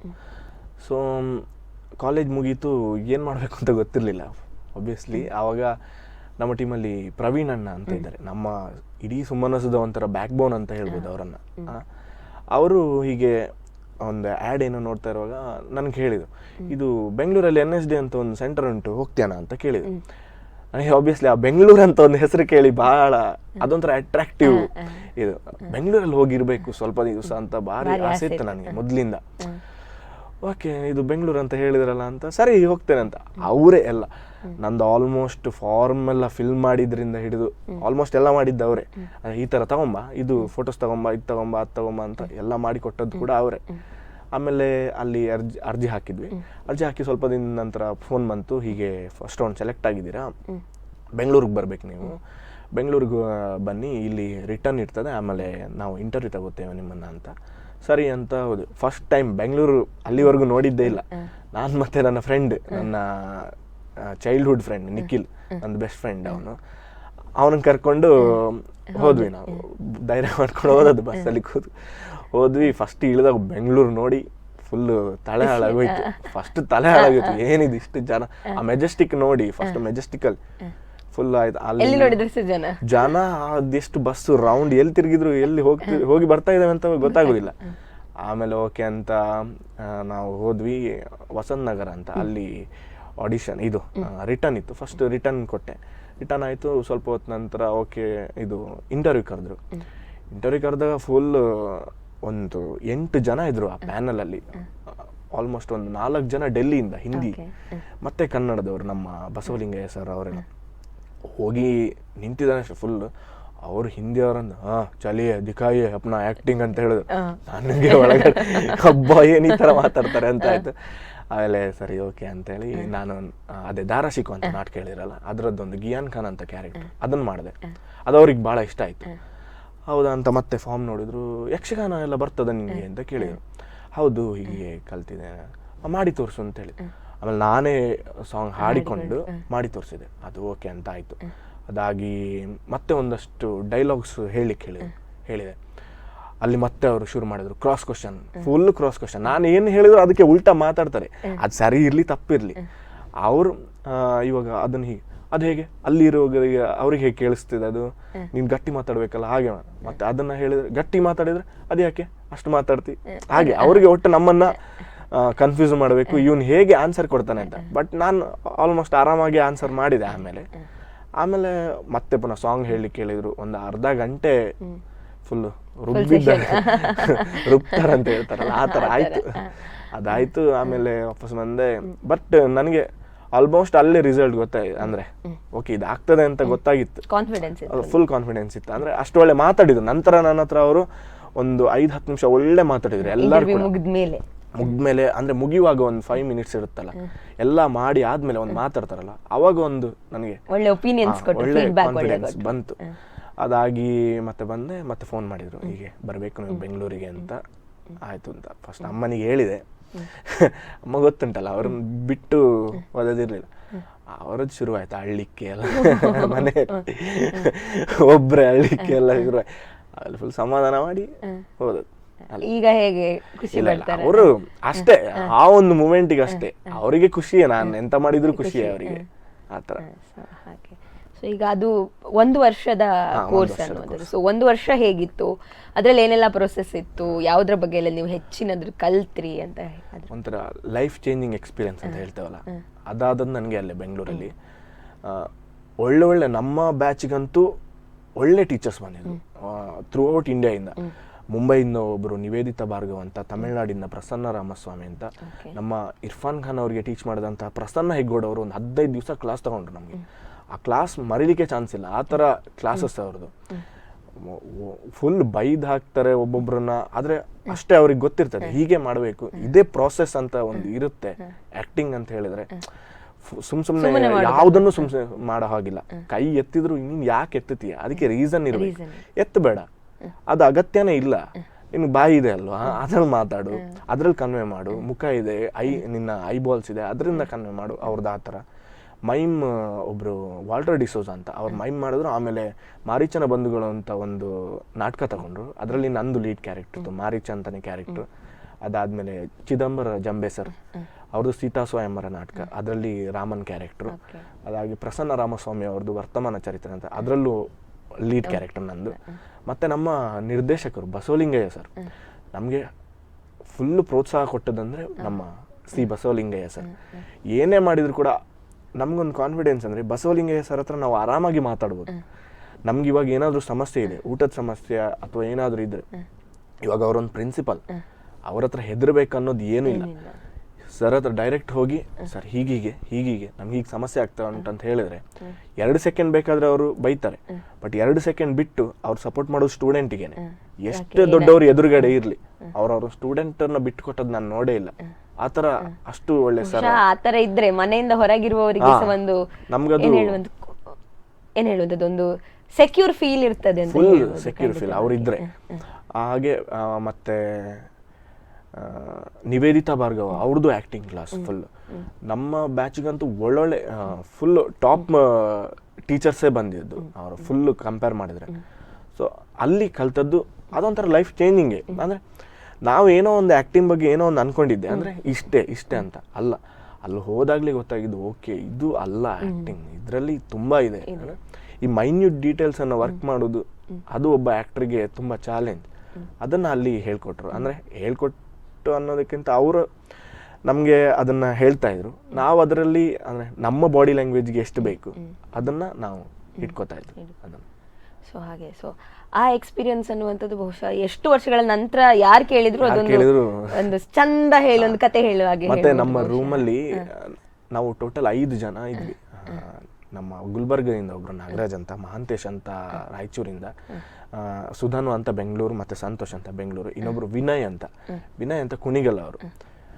ವಿನಯ್ ಒಂಥರ ನನ್ನನ್ನ ಇಡೀ ವರ್ಷ ಒಂಥರ ಮಗು ತರ ನೋಡ್ಕೊಂಡವ್ರು. ಅವರು ಯಾವುದಕ್ಕೂ ನನಗೆ ಒಂಥರ ಕಡಿಮೆ ಮಾಡಿದೆ. ನನಗೆ ಬೆಂಗಳೂರು ತೋರಿಸಿದ್ದೆ ಅವರು, ಮಗು ತರ ಕರ್ಕೊಂಡೋಗಿ ಈ ತರ. ಅವರು ಸ್ವಲ್ಪ ಏಜಲ್ಲಿ ನನಗಿಂತ ಸ್ವಲ್ಪ ದೊಡ್ಡವರು. ಅವ್ರು ಹೀಗೆ ಅಕ್ಷತ್ ಹೀಗೆ ಇಲ್ಲಿ ಹೀಗಿರ್ಬೇಕು, ಹೀಗಿದ್ರೆ ಮಾತ್ರ ನಮ್ಗೆ ವ್ಯಾಲ್ಯೂ ಇದೆ ಎಲ್ಲ ಆಲ್ಮೋಸ್ಟ್ ಹೇಳ್ಕೊಟ್ಟದಂದ್ರೆ ವಿನಯ್ ಅವರು ಅಂತ. ಇವಾಗ ಕುಣಿಗಲಲ್ಲಿ ಇದ್ದಾರೆ, ಅವರ ಫ್ಯಾಮಿಲಿ ಬಿಸ್ನೆಸ್ ಅದರಲ್ಲಿ ಇದೆ. ಬೇರೆಯವರೆಲ್ಲ ಒಳ್ಳೊಳ್ಳೆ ಇದರಲ್ಲೇ ಇದ್ದಾರೆ, ನಾಗರಾಜ ಅಂತ. ಫುಲ್ ಡಿಸ್ಕಷನ್, ನಾವು ಏನೇ ಕ್ಲಾಸ್ ನಡೆದ್ರು ಅದನ್ನ ರೂಮಿಗೆ ಬಂದಾಗ ನೈಟ್ ರೂಮಲ್ಲಿ ಮಿನಿಮಮ್ ಏನಲ್ಲ ಅಂದ್ರೂ 2 ಗಂಟೆವರೆಗೂ ಕೆಲವೊಂದ್ಸಲ ನಿದ್ದೆನೆ ಮಾಡಿದ್ದಿರ್ಲಿಲ್ಲ. ಮಾತಾಡ್ತಾ ಇದ್ವಿ, ಅದನ್ನ ಡಿಸ್ಕಸ್ ಮಾಡೋದು. ಓಕೆ, ಇದು ಹಾಗೆ ಹೇಳಿದ್ರು, ಬಟ್ ಅದು ಯಾಕೆ ಹಾಗಾಗುತ್ತೆ. ಬಟ್ ಒಂದು ಸಿನಿಮಾದ ಬಗ್ಗೆ ಮಾತಾಡೋದು ಶುರು ಮಾಡಿದ್ರೆ ಅದು ಬೇಕಾದ್ರೆ ಫುಲ್ ನೈಟ್ ಬೇಕಾದ್ರೆ ಆಗುತ್ತೆ. ಆ ಥರ ನಮ್ದು ಒಂದು ಒಳ್ಳೆ ವಿಷಯಗಳನ್ನ ಡಿಸ್ಕಸ್ ಮಾಡುವ. ಮಲಯಾಳಂ ಮೂವೀಸ್ ಆಕ್ಚುಲಿ ಬೇರೆ ಲ್ಯಾಂಗ್ವೇಜ್ ಮೂವಿ ತೋರಿಸಿದ್ದೆ ನಮ್ಮ ನಾಗರಾಜ್ ಅಂತ ಒಬ್ಬ. ನಾನು ನೋಡ್ತಾನೆ ಇಲ್ಲ, ಹಿಂದಿ ಅವ್ರ ಕನ್ನಡ ತುಳು ಅಷ್ಟೇ ಗೊತ್ತಿದ್ದದ್ದು. ಈ ತೆಲುಗು ತಮಿಳು ಮಲಯಾಳಂ ಅನ್ನೋ ಕಾನ್ಸೆಪ್ಟೇ ಗೊತ್ತಿಲ್ಲ ನನಗೆ. ಫಸ್ಟ್ ಅವರೇ ತೋರಿಸಿದ್ರು, ಹಾರ್ಡ್ ಡಿಸ್ಕ್ ಅವ್ರ ಹತ್ರ ಇತ್ತು, ಅವರೇ ಹಾಕೊಂಡು ತೋರಿಸಿದ್ರು. ಸುಮ್ಮನೆ ನೋಡ್ತಾ ಇದ್ರೆ ಅರ್ಥನೂ ಆಗ್ತಿರ್ಲಿಲ್ಲ. ಆಮೇಲೆ ಸಬ್ ಟೈಟಲ್ ಸ್ವಲ್ಪ ನೋಡೋಕೆ ಸ್ಟಾರ್ಟ್ ಮಾಡಿದ್ರೆ ಸಬ್ ಟೈಟಲ್ ಇಂದ ಆಮೇಲೆ ಗೊತ್ತಾಯ್ತು. ಅಲ್ಲಿ ನೋಡಿದ್ದು ಫಸ್ಟ್ ಮೂವಿ ಬ್ಯಾಂಗ್ಳೂರ್ ಡೇಸ್. ಅದರಲ್ಲಿ ಫಾದ್ ಫಾಜಿಲ್ನ ನೋಡಿದ್ದು. Fahadh Faasil actually lead actors ಬೇರೆ, ಬಟ್ ಫಾದ್ ಫಾಜಿಲ್ ಪರ್ಫಾರ್ಮೆನ್ಸ್ ನೋಡಿ ನಾನು ಕೇಳಿದೆ, ಇದು ಯಾರು, ಇದು ಏನು ಈ ಥರ ಮಾಡ್ತಾರೆ ಅಂತ. ಆಮೇಲೆ ಅವ್ರು ಹೇಳಿದ್ರು, ಹೀಗೀಗಿದೆ, ಇಷ್ಟಿಷ್ಟು ಒಳ್ಳೆ ಆ್ಯಕ್ಟರ್ಸ್ ಇದ್ದಾರೆ, ಇದ್ರನ್ನ ಜಾಸ್ತಿ ನೋಡ್ಬೇಕು. ಆಮೇಲೆ ಜಾಸ್ತಿ ನಾನು ಮಲಯಾಳಂ ಆಗಲಿ ತಮಿಳ್ ಆಗಲಿ ತೆಲುಗು ಈ ಥರ ಸಿನಿಮಾಸ್ ನೋಡೋಕೆ ಸ್ಟಾರ್ಟ್ ಮಾಡಿದೆ. ಅಲ್ಲಿಂದ ಇನ್ನು ಆ ಸಿನಿಮಾ ನೋಡಿನೇ ಜಾಸ್ತಿ ಕಲಿಯೋಕೆ ಸ್ಟಾರ್ಟ್ ಮಾಡಿದೆ. ಸೊ ಇಲ್ಲಿ ಏನು ಹೇಳುವಂಥದ್ದು, ಇಲ್ಲಿ ಒಂದು ನಾರ್ಮಲ್ ಪ್ರೊಡಕ್ಷನಿಗೂ ನೀವು ಅಲ್ಲಿ NSD ಕಲಿಯುವಾಗ ಆಗುವಂತಹ ಪ್ರೊಡಕ್ಷನ್ ಪ್ರೊಸೆಸ್ಗೂ ತುಂಬಾ ಡಿಫ್ರೆನ್ಸ್ ಇರ್ತದೆ. ಸೊ ಅದು ಹೇಗಿತ್ತು ಅಂದ್ರೆ ಆನ್ ಸ್ಟೇಜ್ ವರ್ಕ್ ಇರಬಹುದು, ಬ್ಯಾಕ್ ಸ್ಟೇಜ್ ವರ್ಕ್ ಇರಬಹುದು, ಮೇಕಪ್, ಕಾಸ್ಟ್ಯೂಮ್, ಅದ್ರ ಬಗ್ಗೆ? ಇಲ್ಲಿ ಅಂದ್ರೆ ನಮ್ಮ ತಂಡದಲ್ಲಾದ್ರೆ ಎಲ್ಲ ಕೆಲಸ ಎಲ್ಲರೂ ಮಾಡ್ತೇವೆ. ಹಾಗೆ ಯಾವ ಕೆಲಸ ಇದೆ, ಸೆಟ್ ವರ್ಕ್ ಆದ್ರೂ ಎಲ್ಲರೂ ಸೇರ್ಕೊಂಡೇ ಮಾಡ್ತೇವೆ. ನಮ್ಮ ಜಗ್ಗಣ್ಣ ಅಂತ ಮೇನ್ ಇದ್ದಾರೆ, ಅವರು ಎಲ್ಲ ನಮ್ಗೆ ಹೇಳ್ಕೊಡ್ತಾರೆ. ಅಂದ್ರೆ ಹೀಗೀಗ ಮಾಡಿ ಅಂತ ನಾವು ಅವರ ಅಂಡರ್ ಅಲ್ಲಿ ಏನಾದ್ರು ಮಾಡ್ತೇವೆ. ಅಲ್ಲಿ ಎಲ್ಲ ಬಟ್ ಅಲ್ಲಿ ನಮಗೆ ಅದಕ್ಕೆ ಜಾಸ್ತಿ ಅವಕಾಶ ಇರಲಿಲ್ಲ. ಯಾಕಂದ್ರೆ ನಮಗೆ ಜಾಸ್ತಿ ಈ ಥರ ಆ್ಯಕ್ಟಿಂಗ್ ಬೇಸ್ಡೇ ಕ್ಲಾಸ್ ಇದ್ದಿದ್ದರಿಂದ ಜಾಸ್ತಿ ಈ ಥರ ಕ್ಲಾಸಸ್ ಇರಲಿಲ್ಲ. ಬೇರೆ ಯಾವುದು ಕ್ಲಾಸಸ್ ಜಾಸ್ತಿ ನಮಗೆ 1 ಇಯರ್ ಕೂಡ ಫುಲ್ಲು ಆ್ಯಕ್ಟಿಂಗ್ ಬಗ್ಗೆನೇ ಜಾಸ್ತಿ ಕಾನ್ಸಂಟ್ರೇಷನ್ ಮಾಡ್ತಾ ಇದ್ದಿದ್ದು. ಅದಕ್ಕೆ ಅಂತ ಬೇರೆ ಬೇರೆ ಡಿಪಾರ್ಟ್ಮೆಂಟಲ್ಲಿ ಬೇರೆ ಅವರು ಇದ್ರು. ಆಲ್ರೆಡಿ ಅಲ್ಲಿ ಕೆಲಸಕ್ಕೆ ಅಂತಲೇ ಇರ್ತಾರೆ ಆ ಡಿಪಾರ್ಟ್ಮೆಂಟ್. ಇವಾಗ ಸೆಟ್ ಅಂತ ಹೇಳಿದ್ರೆ ಸೆಟ್ ಡಿಪಾರ್ಟ್ಮೆಂಟ್ ಅಂತಲೇ ಒಬ್ರು ಇದ್ದಾರೆ. ಸೊ ಅದು ಗವರ್ಮೆಂಟ್ ಅಂಡರಲ್ಲಿ ಇರೋದ್ರಿಂದ ಅದಕ್ಕೇನು ಪ್ರಾಬ್ಲಮ್ ಇಲ್ಲ, ಅವರು ವರ್ಕ್ ಮಾಡ್ತಾರೆ. ಬಟ್ ನಾವು ನೋಡ್ತಾ ಇದ್ವಿ, ಆ ಪ್ರಾಸೆಸನ್ನು ನೋಡ್ತಾ ಇದ್ವಿ. ಒಳ್ಳೆ ಹ್ಯೂಜ್ ಸೆಟ್ ಎಲ್ಲ. ನಮ್ಮ ಅಕ್ಕ ಮಹಾದೇವಿ ಅನ್ನೋ ಒಂದು ನಾಟಕಕ್ಕೆ ಫುಲ್ ಸೆಟ್ಟೆ ಆ ನಾಟಕ, ಅದರಲ್ಲೇ ಇದ್ದಿದ್ದು. ಬಟ್ ಅದನ್ನು ಮ್ಯಾನೇಜ್ ಮಾಡೋದಕ್ಕೆ ಒಂದು ಏನಾಯಿತು ಅಂದರೆ, ಆ ನಾಟಕದಲ್ಲಿ ನನಗೆ ಅಷ್ಟು ಒಳ್ಳೆ ಅಂದರೆ ಕ್ಯಾರೆಕ್ಟರ್ ಚೀಟಿ ಹಾಕಿ ಕ್ಯಾರೆಕ್ಟರ್ ತೆಗೆದಿದ್ದೀನಿ. ನನಗೆ ಒಂದು ಸನ್ಯಾಸಿ ಕ್ಯಾರೆಕ್ಟರ್ ಬಂತು ಅಷ್ಟೇ, ಒಂದು ಡೈಲಾಗ್ ಇರೋ ಕ್ಯಾರೆಕ್ಟರ್. ಅದಕ್ಕೆ ನಾನು ಆಲ್ಮೋಸ್ಟ್ ಇದ್ದೆ, ಸೆಟ್ ತಗೊಂಬಂದು ಹಾಕಿದ್ದೆ ಹಿಂದಿನ ದಿವಸ. ನಾಟಕ ನಾಳೆ ಅಂದರೆ ಇವತ್ತು ಹಾಕಿದ್ದಾರೆ ನೈಟ್ ಸೆಟ್. ಅದು ಒಂದೊಂದು ಮರ ಇಷ್ಟಿಷ್ಟು ದೊಡ್ಡದು, ಅದನ್ನು ಮೂವ್ ಮಾಡ್ಬೇಕು, ಇಡಬೇಕು. ನಮ್ಮವ್ರು ಯಾರ ಹತ್ರ ಎಲ್ಲ ಹೋಗ್ತಿರ್ಲಿಲ್ಲ, ಅಂದರೆ ಭಯ ಆಗ್ತಿತ್ತು, ಎಲ್ಲ ಕ್ಯಾರೆಕ್ಟರ್ ಇತ್ತು ಅವರಿಗೆ. ಬಟ್ ನಾನು ಸ್ವಲ್ಪ ಧೈರ್ಯ ಮಾಡಿ ಸೆಟ್ ಇಡುವುದು, ಆ ಪ್ಲೇಸ್ಮೆಂಟ್ ಎಲ್ಲ ಮಾರ್ಕ್ ಮಾಡ್ಕೊಂಡು ಅದೆಲ್ಲ ಮಾಡಿದೆ. ಅದರಿಂದ ಜಾಸ್ತಿ ಕಲ್ತೆ ನಾನು. ಅದೊಂದು ಸ್ಪೆಷಲ್ ಎಕ್ಸ್ಪೀರಿಯನ್ಸ್. ನಂದೊಂದು ಬೇರೆನೇ ಪ್ರಪಂಚ ಆಗೋಗಿತ್ತು ಆವಾಗ. ಅವರೆಲ್ಲ ಮೇಕಪ್ ಅದು ಇದು ಮಾಡ್ಕೊಂಡಿದ್ರೆ ನಂದು ಬೇರೆ ಇಡಬೇಕು ಅಂತ ಹಾಗೆ. ಸೊ ಈ ಮೇಕಪ್ ಬಗ್ಗೆ ಏನಾದ್ರು ಅಲ್ಲಿ ಕಲಿಲಿಕ್ಕೆ ಸಿಕ್ಕಿತಾ? ಅಂದ್ರೆ ಮೇಕಪ್ ಬಗ್ಗೆ ಕ್ಲಾಸ್ ಅಂತ ಇಲ್ಲ, ಆತರ ನಮಗೆ ಸ್ಪೆಷಲ್ ಕ್ಲಾಸ್ ಅಂತ ಆತರ ಏನೂ ಇಲ್ಲ. ಜಾಸ್ತಿ ಇದ್ದಿದ್ದೆ ಆಕ್ಟಿಂಗ್ ಬೇಸ್ಡ್. ಇವಾಗ ಲೈಟಿಂಗ್ ಅವರಿದ್ರೆ ಅವ್ರು ಹೇಳ್ತಾ ಇದ್ರು ಹೀಗೀಗೆ ಅಂತ. ಆತರ ಸ್ಪೆಷಲ್ ಕ್ಲಾಸ್ ಅಂತ ಏನಿರ್ಲಿಲ್ಲ. ವಿನಯ್ ಚೌಹಾಣ್ ಅಂತ ಒಬ್ರು ಇದ್ರು, ಅದಕ್ಕೆ ಅಂತಾನೆ ಅವರು ಅಲ್ಲಿ ಇದ್ದಿದ್ದು NSD ನಲ್ಲಿ. ಅವರು ಇದ್ದಿದ್ದೆ ಲೈಟ್ ಡಿಸೈನ್ ಮಾಡ್ಲಿಕ್ಕೆ, ಲೈಟಿಂಗ್ ಎಲ್ಲ ನೋಡ್ಕೊಳ್ಳಿಕ್ಕೆ ಅವ್ರಿಗೆ ಅಂತಾನೆ ಬಿಟ್ಟಿದ್ರು. ಅವರು ಅದನ್ನ ಸ್ವಲ್ಪ ಹೇಳ್ಕೊಡ್ತಾ ಇದ್ರು. ಮೇಕಪ್ಗೆ ರಾಮಕೃಷ್ಣ ಬೆಳ್ತೂರ್ ಅಂತ ಅವರು ಫೇಮಸ್ ಮೇಕಪ್ ಮ್ಯಾನ್. ಅವರು ಬೆಂಗಳೂರಲ್ಲಿ ಜಾಸ್ತಿ ನಾಟಕ ಯಾರದೇ ಇದ್ರು ಅವರೇ ಮೇಕಪ್ ಮಾಡೋದು. ಬಟ್ ನಾನು ಸ್ವಲ್ಪ ಮೇಕಪ್ಗೆ ಕೈ ಹಾಕ್ತಾ ಇದ್ದೇವೆ. ಅವ್ರ ನಾಟಕ ಬಂದಾಗ ಸರ್ ನಾನು ಮಾಡಲ ಬೇರೆಯವರಿಗೆ ಅಂತ. ಸೊ ನನಗೆ ಅದರಲ್ಲಿ ಸ್ವಲ್ಪ ಇಂಟ್ರೆಸ್ಟ್ ಇತ್ತು, ಬೇರೆಯವರಿಗೆ ಸ್ವಲ್ಪ ಮಾಡ್ತಾ ಇದ್ದೆ. ಆ ಪ್ರೋ ಲೆವೆಲಲ್ಲಿ ಅಂತಲ್ಲ, ಬಟ್ ಮಾಡ್ತಾ ಇದ್ದೆ ಸ್ವಲ್ಪ. ಸೊ ಈಗ ಅಲ್ಲಿ ನಿಮ್ಮ ಒಂದು ಆ ಬ್ಯಾಚಿನ ಅಲ್ಲಿ ಹೇಗೆ ಒಡನಾಟ ಇತ್ತು, ಹೇಗೆ ಫ್ರೆಂಡ್ಸ್ ಇದ್ರಿ, ಹೇಗೆ ಅಂದ್ರೆ ಈ ಯಾಕಂತಂದ್ರೆ ಮನೆಯಲ್ಲಿ ಇರುವಾಗೆ ನಿಮ್ಮ ಕ್ಲಾಸಸ್ ಆದ ಕೂಡಲೇ ನೀವು ಇರ್ಬೇಕು ಅವರೊಟ್ಟಿಗೆ, ಅದು ಆ ಒಡನಾಟ ಹೇಗೆ? ಬೆಳಿಗ್ಗೆ ಒಂದು ನಮಗೆ ಕ್ಲಾಸ್ ಒಂದು 6 o'clock, ಅದಕ್ಕಿಂತ ಮೊದಲೇ ಇರ್ತಾ ಇತ್ತು ರನ್ನಿಂಗ್ ಅದು ಇದೆಲ್ಲ. ಅಲ್ಲಿಂದ ಸ್ಟಾರ್ಟ್ ಆದ್ರೆ ಈವ್ನಿಂಗ್ ಒಂದು 6:30 7 ಆಗ್ತಿತ್ತು. 7 ಇಂದ ನಮ್ಮದೇ ಪ್ರಪಂಚ ಅಲ್ಲಿ ಫುಲ್. ಆ ಇಡೀ ಕ್ಯಾಂಪಸ್ ನಮ್ದೇ. 20 ಮೆಂಬರ್ಸ್ ಅಂದ್ರು ಫುಲ್ ಆಲ್ಮೋಸ್ಟ್ ಕ್ಲೋಸ್. ನಮ್ಮ ರೂಮಲ್ಲಿ ಇದ್ದದ್ದು ನಾವು ಒಂಥರ ನಮ್ದೇ ಬೇರೆ ಪ್ರಪಂಚ. ಅವರು ಇರ್ತಾ ಇದ್ರು, ಬೇರೆಯವರು ನಮ್ಗೆ ಒಳ್ಳೆ ಕ್ಲೋಸೇ ಎಲ್ಲಾರು. ಬೇರೆ ಅವ್ರು ಸ್ವಲ್ಪ ಬೇರೆ ರೂಮಲ್ಲೆಲ್ಲ ಒಬ್ಬೊಬ್ಬರಿಗೆ ಒಂದು 5 ಜನಕ್ಕೆ ಒಂದು ರೂಮ್ ಕೊಡ್ತಾ ಇದ್ರು, 5 ಜನಕ್ಕೆ ಒಂದು ರೂಮ್ ಆ ಥರ ಇತ್ತು. 3 ರೂಮ್ ಇತ್ತು, ಹುಡುಗಿಯರಿಗೆ ಒಂದು ರೂಮ್ ಇತ್ತು, 4 ರೂಮ್ ಒಟ್ಟು. ನಮ್ಮ ರೂಮಲ್ಲಂತೂ ಫುಲ್ಲು ನಾವು ಅದು ಅಂದರೆ ಬಿಟ್ಟು ಬರುವಾಗ ಫುಲ್ಲು ಹತ್ಕೊಂಡು ಬಂದಿದ್ವಿ ನಾವು. ಆ ಥರ ಆಗಿತ್ತು ಫುಲ್ಲು, ಅಷ್ಟು ಕ್ಲೋಸ್ ಆಗಿದ್ವಿ. ಏನು ಮಾಡೋದಿದ್ರೆ ಒಟ್ಟಿಗೆ ಊಟ ಮಾಡೋದಾದ್ರು ಹೊರಗಡೆ ತಿರ್ಗಕ್ಕೆ ಹೋಗ್ತೀವಿ. ಅದು ಇದು ಸಿನಿಮಾ ಸುಮಾರು ನೋಡಿದ್ವಿ. ನೈಟ್ ಎಲ್ಲ ಹೋಗಿ ಸ್ವಲ್ಪ ಸೆಕ್ಯೂರಿಟಿನ ಅಡ್ಜಸ್ಟ್ ಮಾಡ್ಕೊಂಡು ಅವ್ರಿಗೆ ಸ್ವಲ್ಪ ಮಾತಾಡಿಸ್ಕೊಂಡು ಆ ಥರ ಎಲ್ಲ ಮಾಡಿದ್ವಿ. ಒಳ್ಳೆ ಎಕ್ಸ್ಪೀರಿಯನ್ಸ್. ಅಂದರೆ ಜಾಸ್ತಿ ಇಲ್ಲಿ ಫ್ಯಾಮಿಲಿನ ಮಿಸ್ ಮಾಡೋಕ್ಕೆ ಆಗ್ತಾ ಇರಲಿಲ್ಲ. ಅಲ್ಲಿ ಅವರೇ ಇದ್ರು, ನಾವು ನಮ್ಮದೇ ಒಂದು ಪ್ರಪಂಚ ಇತ್ತು. ಶರೀಫ್ ಅಂತ ಒಬ್ರು ಕೊಪ್ಪಳದು ಫುಲ್ ಕಾಮಿಡಿ ಮನುಷ್ಯ, ಏನಾದರೂ ಮಾತಾಡ್ತಾನೆ ಇರ್ತಾರೆ. ನೈಟ್ 2 ಗಂಟೆ ಬಂದು ಮಲಗಿದ್ರೆ ನೈಟ್ 2 ಗಂಟೆ ಬಂದು ಎಬ್ಸಿ ಮಾತಾಡ್ಸೋದು, ಆ ಥರ ಮನುಷ್ಯ. ಅದೆಲ್ಲ ಫುಲ್ ಚೆನ್ನಾಗಿ. ಬಹುಶಃ ನಾಟಕದಲ್ಲಿ ಹೇಗೆ ಬೇರೆ ಬೇರೆ ಕ್ಯಾರೆಕ್ಟರ್ಸ್ ಇರ್ತದೆ, ಈ ನಾಟಕ ಅಥವಾ ಕಲಾ ಕ್ಷೇತ್ರದಲ್ಲಿ ಸೇರಿದ್ರೆ ಅಂತವ್ರ ಗುರ್ತ ನಿಜವಾಗ್ಲೂ 19 ಮೆಂಬರ್ಸ್ ಏನು ಇದ್ರು, 19 ಕೂಡ ಒಂದು ಡಿಫ್ರೆಂಟ್ ಕ್ಯಾರೆಕ್ಟರ್, ಒಬ್ಬೊಬ್ರು ಒಂದೊಂದ್ ತರ ಕ್ಯಾರೆಕ್ಟರ್, ಎಲ್ರು ಒಂದೇ ತರ ಇರುವುದಿಲ್ಲ ಅಂತ ಹೇಳ್ತಾರಲ್ಲ ಹಾಗೆ. ಅವ್ರನ್ನ ನೋಡಿ ಕಲಿಯೋದು ತುಂಬಾ ಇತ್ತು. ಒಬ್ಬೊಬ್ರು ಒಳ್ಳೆ ಟ್ಯಾಲೆಂಟೆಡ್ ನಮ್ಮ ಬ್ಯಾಚ್ ಅಲ್ಲಿ ಇದ್ದವರು ಕೂಡ, ಅವರನ್ನ ನೋಡಿ ಕಲಿಯೋದು ತುಂಬಾ ಇತ್ತು. ಒಬ್ಬೊಬ್ರು ಆಕ್ಟಿಂಗ್ ಸ್ಟೈಲ್ ಬೇರೆ, ಒಬ್ಬೊಬ್ರು ಬಾಡಿ ಲ್ಯಾಂಗ್ವೇಜ್ ಬೇರೆ. ಆಬ್ವಿಯಸ್ಲಿ ನಾವು ಕಲೀಲೇಬೇಕು ಆಕ್ಟರ್ ಆಗಿ. ಸೊ NSD ಬಗ್ಗೆ ಇನ್ನಷ್ಟು ಮಾತನಾಡೋಣ ಮತ್ತೊಂದು ವಿರಾಮದ ಬಳಿಕ. ಸೊ NSD ಬ್ಯಾಂಗ್ಳೂರ್ ಬಗ್ಗೆ ಇನ್ನಷ್ಟು ಮಾತನಾಡ್ಲಿಕ್ಕಿದೆ, ಅಕ್ಷತ್ ಅವರು ಇನ್ನಷ್ಟು ಹೇಳ್ತಾರೆ. ಸೊ ಅದಕ್ಕಿಂತ ಮುಂಚೆ ಮತ್ತೊಮ್ಮೆ ಪುಟ್ಟ ವಿರಾಮ.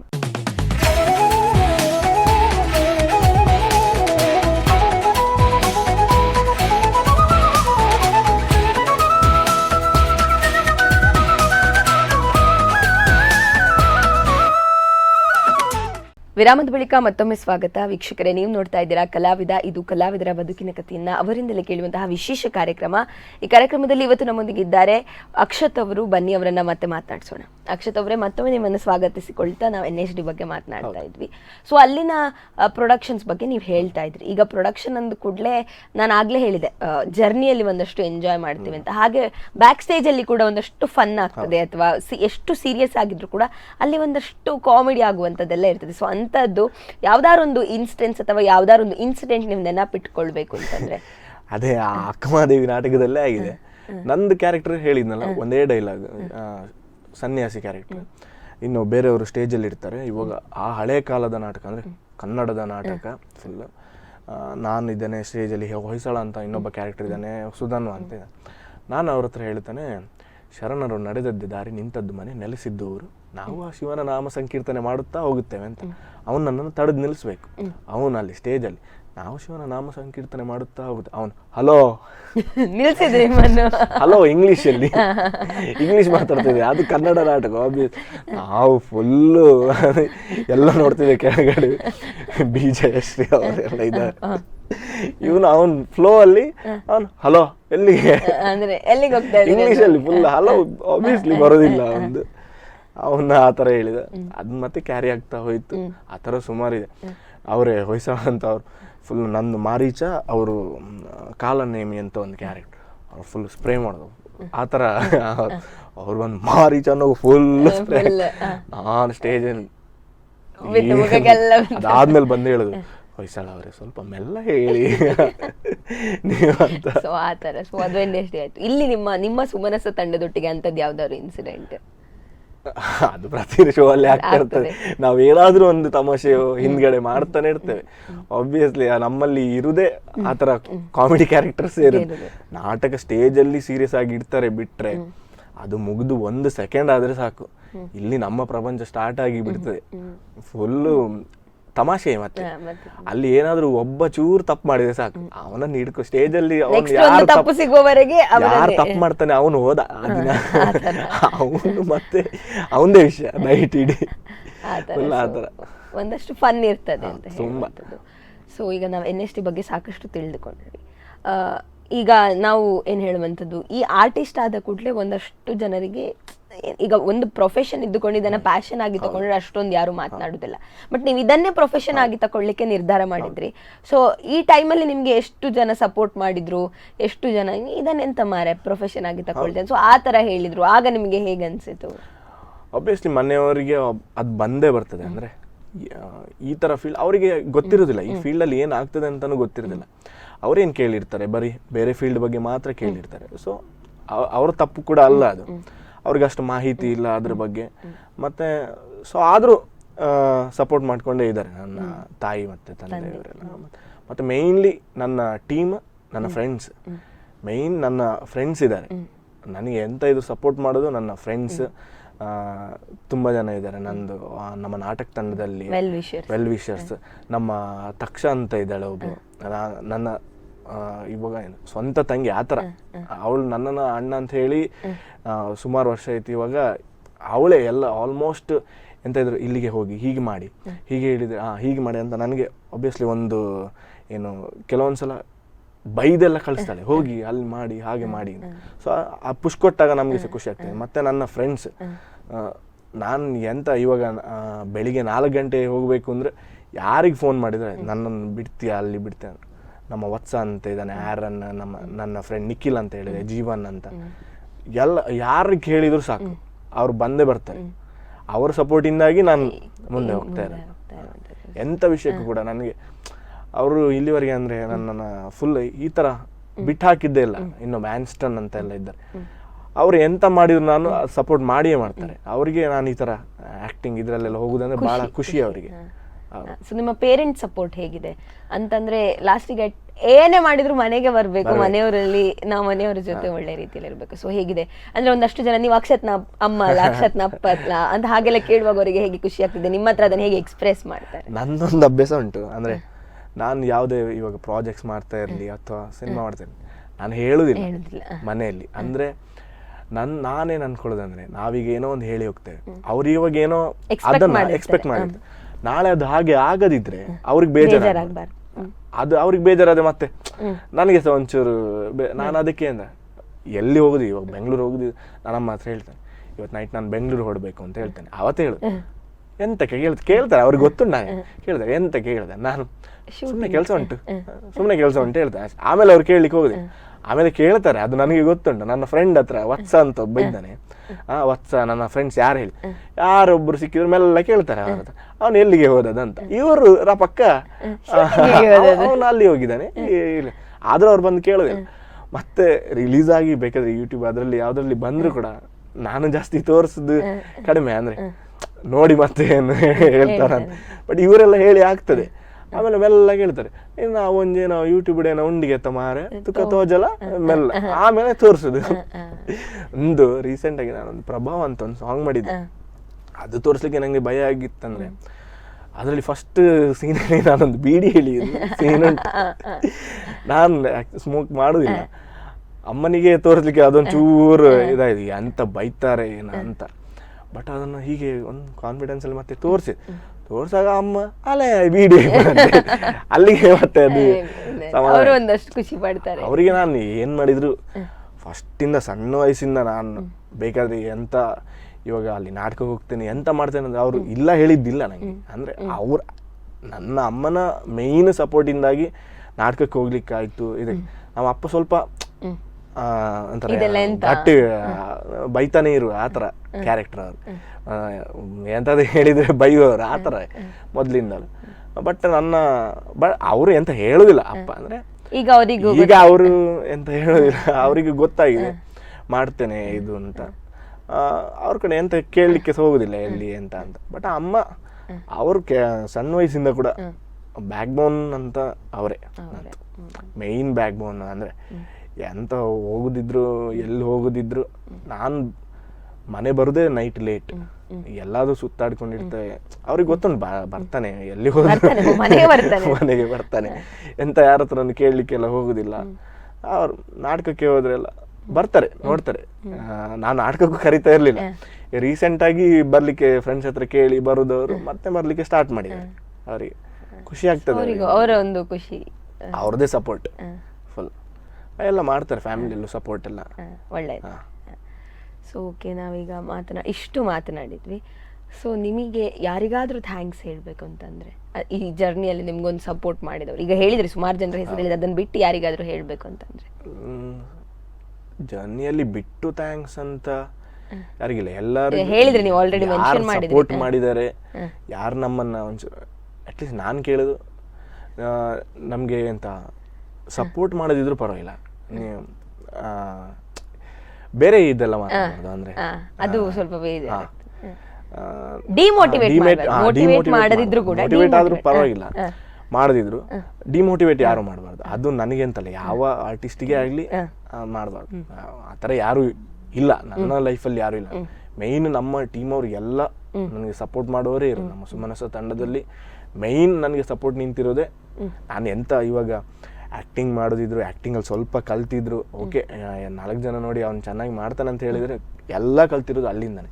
NSD ಆಮೇಲೆ ಮಾಡಿದ್ದಾನೆ. NSD ಹೋಗ್ಬೇಕಾದ್ರೆ ನನಗೆ ಬೇಸ್ ಕೊಟ್ಟದ್ದು, ನನಗೆ ಕಲ್ಸಿದ್ದು ಎಲ್ಲ ಸುಮನಸನೇ. ಅಲ್ಲಿರುವವರನ್ನು ನೋಡಿನೇ, ದೊಡ್ಡವರನ್ನು ನೋಡಿನೇ ಕಲ್ತಿದ್ದೆ. ಅವ್ರ ಹತ್ರ ಮಾತಾಡಿ ಅವ್ರು ಹೇಳಿಕೊಟ್ಟು, ಸೊ ಅವರಿಗೆಲ್ಲರಿಗೆ ಮೈನ್ ನನ್ನ ಟೀಮ್ಗೆ ಥ್ಯಾಂಕ್ಸ್ ಹೇಳಲೇಬೇಕು, ನನ್ನ ಫ್ರೆಂಡ್ಸಿಗೆ ಥ್ಯಾಂಕ್ಸ್ ಹೇಳಲೇಬೇಕು, ನನ್ನ ಪೇರೆಂಟ್ಸಿಗೆ ಥ್ಯಾಂಕ್ಸ್, ನನ್ನ ಎಲ್ಲರಿಗೆ ಫ್ಯಾಮಿಲಿ ಸಪೋರ್ಟ್ ಮಾಡಿದವರು ಎಲ್ರಿಗೂ ಥ್ಯಾಂಕ್ಸ್. ಸೊ ಥ್ಯಾಂಕ್ಸ್ ಹೇಳಿದ್ರಿ. ಸೊ ನೀವು ಆರ್ಟಿಸ್ಟ್ ಆಗೋದಿದ್ರೆ ಮೇ ಬಿ ಇದನ್ನ ಪ್ರೊಫೆಷನ್ ಆಗಿ ತಕೊಳ್ಳೋದಿದ್ರೆ ಏನ್ ಚಾಯ್ಸ್ ಮಾಡ್ತಿದ್ರಿ? ಏನಾದ್ರೂ ಬೇರೆ ಥಾಟ್ಸ್ ಇತ್ತಾ? ಇದೇ ಒಂದು ಕ್ವಶನ್ ಅದ. ನಾನು ಥಾಟೇ ಇಟ್ಕೊಂಡಿದ್ದೆ ಬೇರೆ.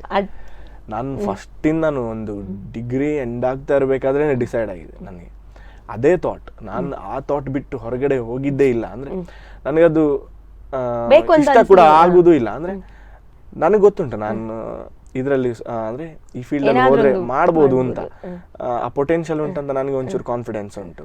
ಸೊ ನನಗೆ ಗೊತ್ತುಂಟು ಇದರಲ್ಲಿ ಹೋಗ್ಬೋದು ಅಂತ. ಅದಕ್ಕೆ ನಾನು ಬೇರೆ ಥಾಟೇ ಇಟ್ಕೊಂಡಿಲ್ಲ. ನನಗೆ ಆಕ್ಟರ್ ಆಗೇ ಇರಬೇಕು ಅಂತಾನೆ ಆಸೆ. So nice, all the best. Thank you. So ಹೀಗೆ ನಾವು ಬೇರೆ ಬೇರೆ ಪ್ರೋಸೆಸ್, ಬೇರೆ ಬೇರೆ ಪ್ರೊಡಕ್ಷನ್ ಬಗ್ಗೆ ಮಾತನಾಡಿದ್ವಿ. ನೀವು ಆಗಲೇ ಹೇಳಿದ್ರಿ ಒಂದಷ್ಟು ಜನ ಟೀಚರ್ಸ್, ನಿಮಗೆ ಒಳ್ಳೊಳ್ಳೆ ಟೀಚರ್ಸ್ ಸಿಕ್ಕಿದ್ರು ಅಂತ. ಸೊ ನೀವು ಸುಮಾರು ಡೈರೆಕ್ಟರ್ ಅಂಡರಲ್ಲಿ ವರ್ಕ್ ಮಾಡಿದ್ದೀರಿ. ಸೊ ಯಾವ ಡೈರೆಕ್ಟರ್ ಅಂದರೆ ಯಾವ್ದಾದ್ರು ಎಲ್ಲರೂ ಆಗಿರಬಹುದು ಅಥವಾ ಯಾರು ತುಂಬ ನಿಮಗೆ ಇಂಪ್ಯಾಕ್ಟ್ ಮಾಡಿದ್ದು, ಇನ್ನೊಮ್ಮೆ ಇವರೊಟ್ಟಿಗೆ ವರ್ಕ್ ಮಾಡಲೇಬೇಕು ನನಗೆ ಅಂತ ಅನಿಸಿದಂಥ ಡೈರೆಕ್ಟರ್ ಯಾವ್ದಾದ್ರು? ಮೊದಲು ಟೀಚರ್ಸ್ ಅಂತ ಒಂದು ವರ್ಡ್ ತಗೊಂಡ್ರಿ, ಅದ್ರ ಬಗ್ಗೆ ನಾನು ಹೇಳಬೇಕು. ನನ್ನ ಕೊಡೂರು ಸ್ಕೂಲಲ್ಲಿ ನಾನು ಕಲ್ತದ್ದು ಫಸ್ಟ್ ಸಪೋರ್ಟ್ ಮಾಡಿದೆ ನನ್ನ ಟೀಚರ್ಸ್. ಸ್ಕೂಲ್ ಲೆವೆಲ್ ಎಲ್ಲ ಒಂಥರ ನನ್ನನ್ನು ಮನೆ ಮಗನ್ ಥರ ನೋಡ್ಕೊಂಡವ್ರು ಎಲ್ಲರೂ. ಆಗ ಕೊಡೂರು ಸ್ಕೂಲಲ್ಲಿ ಇದ್ದವರು ನಮ್ಮ ಸುಮತಿ ಟೀಚರ್ ಅಂತ ಇದ್ರು, ಜ್ಯೋತಿ ಟೀಚರ್, ವಿಮಲ teacher, Hemavathi teacher, Katyani teacher, ಆಮೇಲೆ ನಮ್ಮ ಮಲ್ಲಿಕಾ ಟೀಚರ್, ಸುಂದರ್ ಮಾಸ್ಟರ್ ಅಂತ ಪ್ರಿನ್ಸಿಪಲ್, ಇನ್ನೊಬ್ರು ಕಂಪ್ಯೂಟರ್ಗೆ ನಮಗೆ ಕೊಡೂರಲ್ಲಿ ಇದ್ದಾರೆ ಸುರೇಶ್ ಅಂತ ಸರ್. ಅವರು ಅಷ್ಟು ಜನ ಸಪೋರ್ಟ್ ಮಾಡಿದ್ರು. ಫಸ್ಟಿಗೆ ನಾವು ಬೇರೆ ಬೇರೆ ಪ್ರತಿಭಾ ಕಾರಂಜಿಗೆ ನಮ್ಮನ್ನ ಕರ್ಕೊಂಡು ಹೋಗಿದ್ದೆ ಅವರು, ನಮ್ಗೆ ಆ ಕಾನ್ಸೆಪ್ಟ್ ಅನ್ನ ತೋರಿಸಿದ್ದೆ ಅವರು, ಈ ತರ ಆಗ್ತದೆ ಅಂತ. ಅವಾಗ ನಾವು ಹೋಗಿ ಸ್ಟೇಟ್ ಲೆವೆಲ್ ಅಲ್ಲಿ ಫಸ್ಟ್ ಪ್ರೈಸ್ ಹೊಡೆದಿದ್ವಿ ನಾವು ಜಾನಪದ ನೃತ್ಯಕ್ಕೆ, ಸದಾನಂದ ಕೋಡಿಬೆಂಗ್ರೆ ಅವರ ಮಾರ್ಗದರ್ಶನ. ಅವರು ಮೇನ್ ಸಪೋರ್ಟ್ ಮಾಡಿದ್ದು ನನ್ನ ಅವಾಗ ಟೀಚರ್ಸ್. ಅಲ್ಲಿ ನೋಡಿ ನನ್ನ ಟೀಮ್ ಅವರು. ನಂತರ ಇದಕ್ಕೆ ಬರೋದಾದ್ರೆ ಡೈರೆಕ್ಟರ್ ಜಾಸ್ತಿ ಇಂಪ್ಯಾಕ್ಟ್ ಮಾಡಿದಂದ್ರೆ ಎಲ್ಲ ಡೈರೆಕ್ಟರ್ಸ್ ಒಳ್ಳೆ ಡೈರೆಕ್ಟರ್ ಅವರದೇ ರೀತಿಯಲ್ಲಿ ಒಂದು ಇಂಪ್ಯಾಕ್ಟ್ ಮಾಡಿ ಎಲ್ಲ ಡೈರೆಕ್ಟರ್ ಇಂಪ್ಯಾಕ್ಟ್ ಮಾಡ್ತಾರೆ. ನಮ್ಮ ಟೀಮಿಗೆ ಬಂದಂತಹ ಎಲ್ಲ ಡೈರೆಕ್ಟರ್ ಇವಾಗ ಮಂಗಳೂರಲ್ಲಿ ವಿದ್ದು ಉಚ್ಚಿಲ್ ಅಂತ ಸರ್ ಇದ್ದಾರೆ, ಅವ್ರು ಜಾಸ್ತಿ ಇಂಪ್ಯಾಕ್ಟ್ ಮಾಡ್ತಾರೆ. ಯಾಕಂದ್ರೆ ಅವರು ಅವರಾಗಿ ಮಾಡಿ ಎಲ್ಲ ಹೇಳಿಕೊಡೋದು ಆ ಥರ ಇದೆಲ್ಲ. ಅವ್ರೇನೋ ಹೇಳ್ತಾರೆ, ಅವ್ರು ಆ್ಯಕ್ಟ್ರಿಂದ ಹೊರಗೆ ತೆಗಿತಾರೆ ಅದನ್ನ, ಆ ಥರ ಅವರು.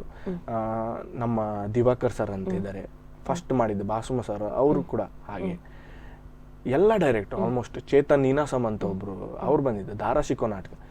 ಅಲ್ಲಿ ನಮ್ಗೇನು ಒಂಥರ ಇನ್ನೊಂದು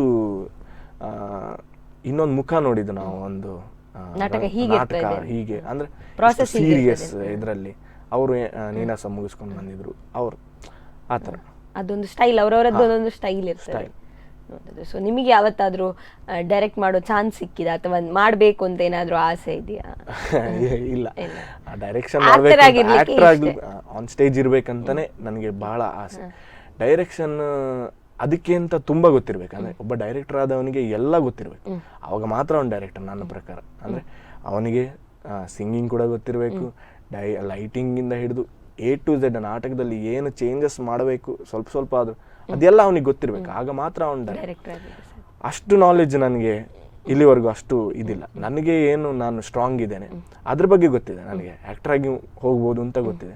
ಆನ್ ಸ್ಟೇಜ್ ಆಗಲಿ ಆನ್ ಸ್ಕ್ರೀನ್ ಆಗಲಿ ನನಗೆ ಹೋಗ್ಬೋದು ಅಂತ. ಡೈರೆಕ್ಷನ್ ಬಗ್ಗೆ ನಾನು ಜಾಸ್ತಿ ತಲೆಗೆ ಹಾಕೊಳ್ಳಿಲ್ಲ. ಅಂದ್ರೆ ಅದಷ್ಟು ಇರ್ಲಿಕ್ಕೆ ಇಷ್ಟ, ಜಾಸ್ತಿ ಬೇರೆ ಬೇರೆ ಡೈರೆಕ್ಟರ್ ಹತ್ರ ವರ್ಕ್ ಮಾಡ್ಲಿಕ್ಕೆ ಇಷ್ಟ. ಅಂದ್ರೆ ಬೇರೆ ಡೈರೆಕ್ಟರ್ ಏನ್ ಹೇಳ್ತಾರೆ ಅದನ್ನ ಇಟ್ಕೊಂಡು ನಾವು ಹೇಗೆ ಆಕ್ಟ್ ಮಾಡ್ಬೋದು ಅದೇ ಇಷ್ಟ, ಕಲೀಲಿಕ್ಕೆ ಇಷ್ಟ ತುಂಬಾ.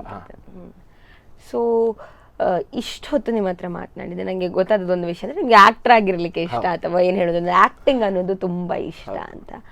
ಸೊ ಈಗ ಒಂದೇನು ಹೇಳುವಂಥದ್ದು, ಈ ಜರ್ನಿ ಈಗ ನಾಟಕಕ್ಕೆ ನೀವು ನಾಟಕದ ಜರ್ನಿಗೆ ಬಂದದ್ದಕ್ಕೆ ಈಗ ಯಾರೋ ಒಂದು ಪರ್ಸನ್ ಸಿಕ್ಕಿದ್ರು ಅಥವಾ ಯಾರೋ ಒಬ್ಬರ ಒಳ್ಳೆ ನಾಲೆಡ್ಜ್ ಇರುವಂತಹ ಪರ್ಸನ್ನ ಪರಿಚಯ ಆಯ್ತು ಅಂತ ಅಂದ್ರೆ ಯಾರು ಅಂತ ಹಾಗೆ ನಾಲೆಡ್ಜ್ ಇರುವಂತ ಪರ್ಸನ್ ಅಂದ್ರೆ ನೀವು ಈಗ ಸಹ ನಿಮ್ಗೆ ವೆಲ್ ವಿಷರ್ ಆಗಿದ್ದಾರೆ, ನಿಮ್ಗೆ ಸಪೋರ್ಟ್ ಮಾಡ್ತಾ ಇದ್ದಾರೆ ಅಂತ ಅಂದ್ರೆ ನಾಟಕ ಅನ್ನುವಂಥದ್ದು ನಿಮ್ಗೆ ಅಂತ ಒಂದು ಪರ್ಸನ್ ಅನ್ನ ನಿಮ್ಮ ಲೈಫಲ್ಲಿ ಕೊಟ್ಟು ಅಂತ ಅಂದ್ರೆ ಮೇನ್ ನಮ್ಮ ಟೀಮಲ್ಲಿ ಇರುವವರೇ ಮೇನ್ ಪ್ರವೀಣ್ ಅಣ್ಣ ಅಂತ ಇದ್ದಾರೆ. ಆಲ್ಮೋಸ್ಟ್ ನಮ್ಮ ಟೀಮಲ್ಲಿ ಎಲ್ಲ ನೋಡ್ಕೊಳ್ಳೋದು ಅವರೇ. ಮತ್ತೆ ಬಂದಂತ ಬೇರೆ ಬೇರೆ ಡೈರೆಕ್ಟರ್ಸ್ ಮತ್ತೆ ನಮ್ಮ ತಂಡದಲ್ಲಿರುವಂತ ಹಿರಿಯರು ಎಲ್ಲರೂ ಅವರ ಮಾರ್ಗದರ್ಶನ ಇದ್ದಿದ್ರಿಂದಲೇ ನಾವು ಮುಂದೆ ಹೋಗ್ಲಿಕ್ಕಾಯ್ತು. ಅವ್ರ ಸಪೋರ್ಟ್ ಅಂದ್ರೆ ಪುಷ್ ಕೊಡ್ಬೇಕು ಅಂತ ಹೇಳ್ತಾರೆ ಯಾರಿಗಾದ್ರೂ. ಇವಾಗ ನಾನು ಏನೇ ಒಬ್ಬ ಆರ್ಟಿಸ್ಟ್ ಹತ್ರ ಕಲೆ ಇರ್ಬೋದು, ಅವನ ಹತ್ರ ಟ್ಯಾಲೆಂಟ್ ಇರ್ಬೋದು, ಆ ಟೀಮಲ್ಲಿ ಇದ್ದ ದೊಡ್ಡವರು ಪುಷ್ ಕೊಟ್ರೆ ಮಾತ್ರ ಆಗ್ತದೆ ಅಂತ ಒಂದು ಮಾತು. ಆತರ ನನಗೆ ತುಂಬಾ ಮಾಡಿದ್ದಾರೆ ನಮ್ಮ ಟೀಮ್ ಅವರು. ಎಷ್ಟಂದ್ರೆ ಅವರಿಗೆ ಕಾನ್ಫಿಡೆನ್ಸ್ ಇದೆ, ನನಗೆ ಜಾಸ್ತಿ ಕಾನ್ಫಿಡೆನ್ಸ್ ಇರ್ಲಿಲ್ಲ. ಒಂದ್ ನಾಟಕ ಮುದ್ರಾ ರಾಕ್ಷಸ ಅಂತ ಒಂದು ನಾಟಕ ಇನ್ನು 2 ದಿವಸದಲ್ಲಿ ಶೋ ಮಾಡಬೇಕು ಅಂತ ಹೇಳಿದಾಗ ನಮ್ಮ MS ಭಟ್ರು ಅವರಿಗೆ ಒಂಚೂರು ಬೆನ್ನು ಬ್ಯಾಕ್ ಸಮಸ್ಯೆ ಬಂದಾಗ ಆ ಕ್ಯಾರೆಕ್ಟರ್ ಮಾಡ್ಲಿಕ್ಕೆ ಹೇಳಿದ್ರು. ನನಗೆ ತಲೆ ಹಾಳಾಗಿರುತ್ತೆ. ಅಂದ್ರೆ ಅದು ಫುಲ್ ಸಂಸ್ಕೃತ ಆ ಥರ ಎಲ್ಲ ಬರುವಂತಹ ನಾಟಕ. ನನಗೆ ಕಾನ್ಫಿಡೆನ್ಸ್ ಇರಲಿಲ್ಲ, ಬಟ್ ನಮ್ಮ ಟೀಮ್ ಅವರಿಗೆ ನನ್ನ ಮೇಲೆ ಫುಲ್ ಕಾನ್ಫಿಡೆನ್ಸ್. ಅವರ ಅಷ್ಟು ಸಪೋರ್ಟ್ ಕೊಟ್ಟು ಪುಷ್ ಮಾಡಿದ್ರಿಂದ ನಾನು ಮಾಡಿದೆ ಅಷ್ಟೇ. ಆಮೇಲೆ ಮತ್ತೆ ಪ್ರಯತ್ನ ಮಾಡ್ಬೇಕಷ್ಟೇ. ಅವ್ರು ಹೇಳಿದ್ರು, ಇಲ್ಲಾಂದ್ರೆ ಅವ್ರು ಅವತ್ತು ಹೇಳಿರ್ಲಿಲ್ಲ ಅಂದ್ರೆ ನಾನು ಅದನ್ನ ಮಾಡ್ತಿರ್ಲಿಲ್ಲ. ಇನ್ನು ಪುಷ್ ಮಾಡ್ಲಿಕ್ಕೆ ಆಗ್ತಾ ಇರ್ಲಿಲ್ಲ ನಮ್ಮ ಹತ್ರ. ಸೊ ಇಷ್ಟೊತ್ತು ನಿಮ್ಮ ಜೊತೆ ಮಾತನಾಡಿ ತುಂಬಾ ಖುಷಿ ಆಯ್ತು. ನಿಮಗೆ ಹೇಗೆ ಅನ್ನಿಸ್ತು? ತುಂಬಾ ಖುಷಿ ಆಯ್ತು. ನಾನು ಇದು ಫಸ್ಟ್ ಇಂಟರ್ವ್ಯೂ ನಂದು, ನಾನು ಎಲ್ಲೂ ಕೊಟ್ಟಿರ್ಲಿಲ್ಲ. ಮತ್ತೆ ನನ್ನನ್ನು ಇಲ್ಲಿ ಕರೆದಂತಹ ನಮ್ಮ ನಾಗರಾಜ್ ವರ್ಕಾಡಿ ಸರ್, ಹಾಗೆ ಇಂಟರ್ವ್ಯೂ ಮಾಡಿದಂಥ ನಿಮ್ಮ ಭಾವನಾ ಕೆರೆಮಠ, ನಿಮಗೂ ಧನ್ಯವಾದಗಳು. ಸೊ ನಿಮಗೆ ಬಂದದಕ್ಕೆ ತುಂಬ ಥ್ಯಾಂಕ್ಸ್. ನಿಮ್ಮೊಟ್ಟಿಗೆ ಮಾತನಾಡಿ ತುಂಬ ಖುಷಿ ಆಯಿತು. ಇನ್ನು ನಿಮ್ಮ ಏನು ಹೇಳುವಂಥದ್ದು, ಈ ಮೂವೀಸ್ ಈ ಜರ್ನಿ ಕಂಟಿನ್ಯೂ ಆಗಲಿ. ಇನ್ನೊಮ್ಮೆ ನಿಮ್ಮ ಮೂವಿ ಸಕ್ಸಸ್ ಆದಾಗ ಅಥವಾ ಮೂವಿದು ಇನ್ನೊಂದೇನಾದರೂ ಒಂದು ಒಳ್ಳೆ ಪ್ರಮೋಷನಿಗೆ ನಾವು ನಿಮ್ಮನ್ನು ಮತ್ತೆ ಇಂಟರ್ವ್ಯೂ ಮಾಡೋಣ, ಮತ್ತೆ ಭೇಟಿ ಆಗೋಣ ಅಂತ ಹೇಳ್ತಾ ಇದ್ದೇನೆ. ಸೊ ಕಾರ್ಯಕ್ರಮಕ್ಕೆ ಬಂದದಕ್ಕೆ ಧನ್ಯವಾದಗಳು. ನೋಡಿದ್ರಲ್ಲ ವೀಕ್ಷಕರೇ, ಇಷ್ಟೊತ್ತು ನಾವು ವೃತ್ತಿಯಲ್ಲಿ ಕೂಡ ಕಲಾಕ್ಷೇತ್ರವನ್ನು ಆಯ್ದುಕೊಂಡ ಸಾಕಷ್ಟು ಕಡಿಮೆ ಜನರಲ್ಲಿ ಉಡುಪಿಯಲ್ಲಿ ಕೂಡ ಇಂಥ ಒಬ್ಬರು ಪ್ರತಿಭಾನ್ವಿತರು ಇದ್ದಾರೆ, ಅಕ್ಷತ್ ಅವರು. ಸೊ ಅವರ ಜೊತೆ ಮಾತನಾಡಿ ನನಗಂತೂ ತುಂಬ ಖುಷಿ ಆಯಿತು. ನಿಮಗೂ ಕೂಡ ಖುಷಿಯಾಗಿರ್ತದೆ. ಸಾಕಷ್ಟು ವಿಷಯಗಳನ್ನು ತಿಳ್ಕೊಂಡು ನಿಮಗೂ ಕೂಡ ಏನು ಹೇಳುವಂಥದ್ದು, ನಮ್ಮ ಊರಿನಲ್ಲಿ ಕೂಡ ಇಂಥ ಒಂದು ಒಳ್ಳೆ ಪ್ರತಿಭೆ ಇದ್ದಾರೆ ಅನ್ನುವಂತಹ ಬಗ್ಗೆ ಒಂದು ಹೆಮ್ಮೆ ಆಗಿರ್ತದೆ ಅಂತ ನಾನು ಅಂದ್ಕೊಂಡಿದ್ದೇನೆ. ಸೊ ಮುಂದಿನ ವಾರ ಇನ್ನೊಬ್ಬರು ಕಲಾವಿದರ ಜೊತೆ ಮತ್ತೆ ಬರ್ತೇನೆ. ಅಲ್ಲಿವರೆಗೆ ನೀವು ನೋಡ್ತಾ ಇರಿ ಸ್ಪಂದನ.